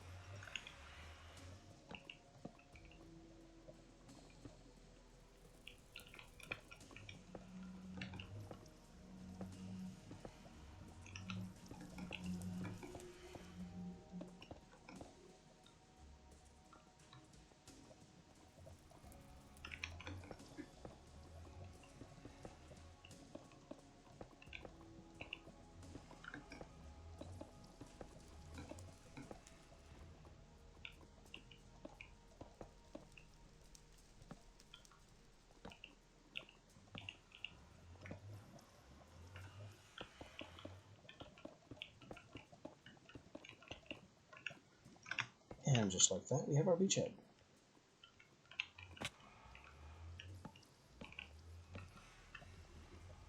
The only thing it's missing is a nice bright marker declaring where it is.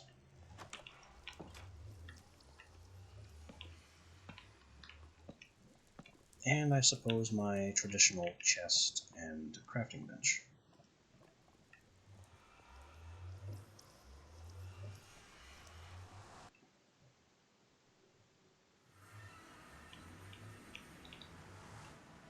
But those can wait.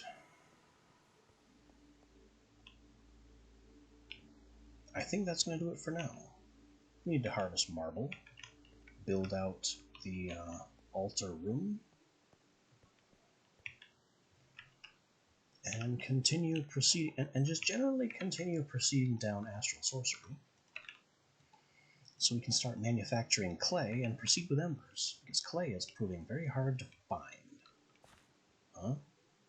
I thought I trampled that. Oh well, no matter. These are questions for next time, which, remember, is not tomorrow. I'll be back on Wednesday to possibly explore the nether, but probably hunt more marble and build an altar, and get going on that. So,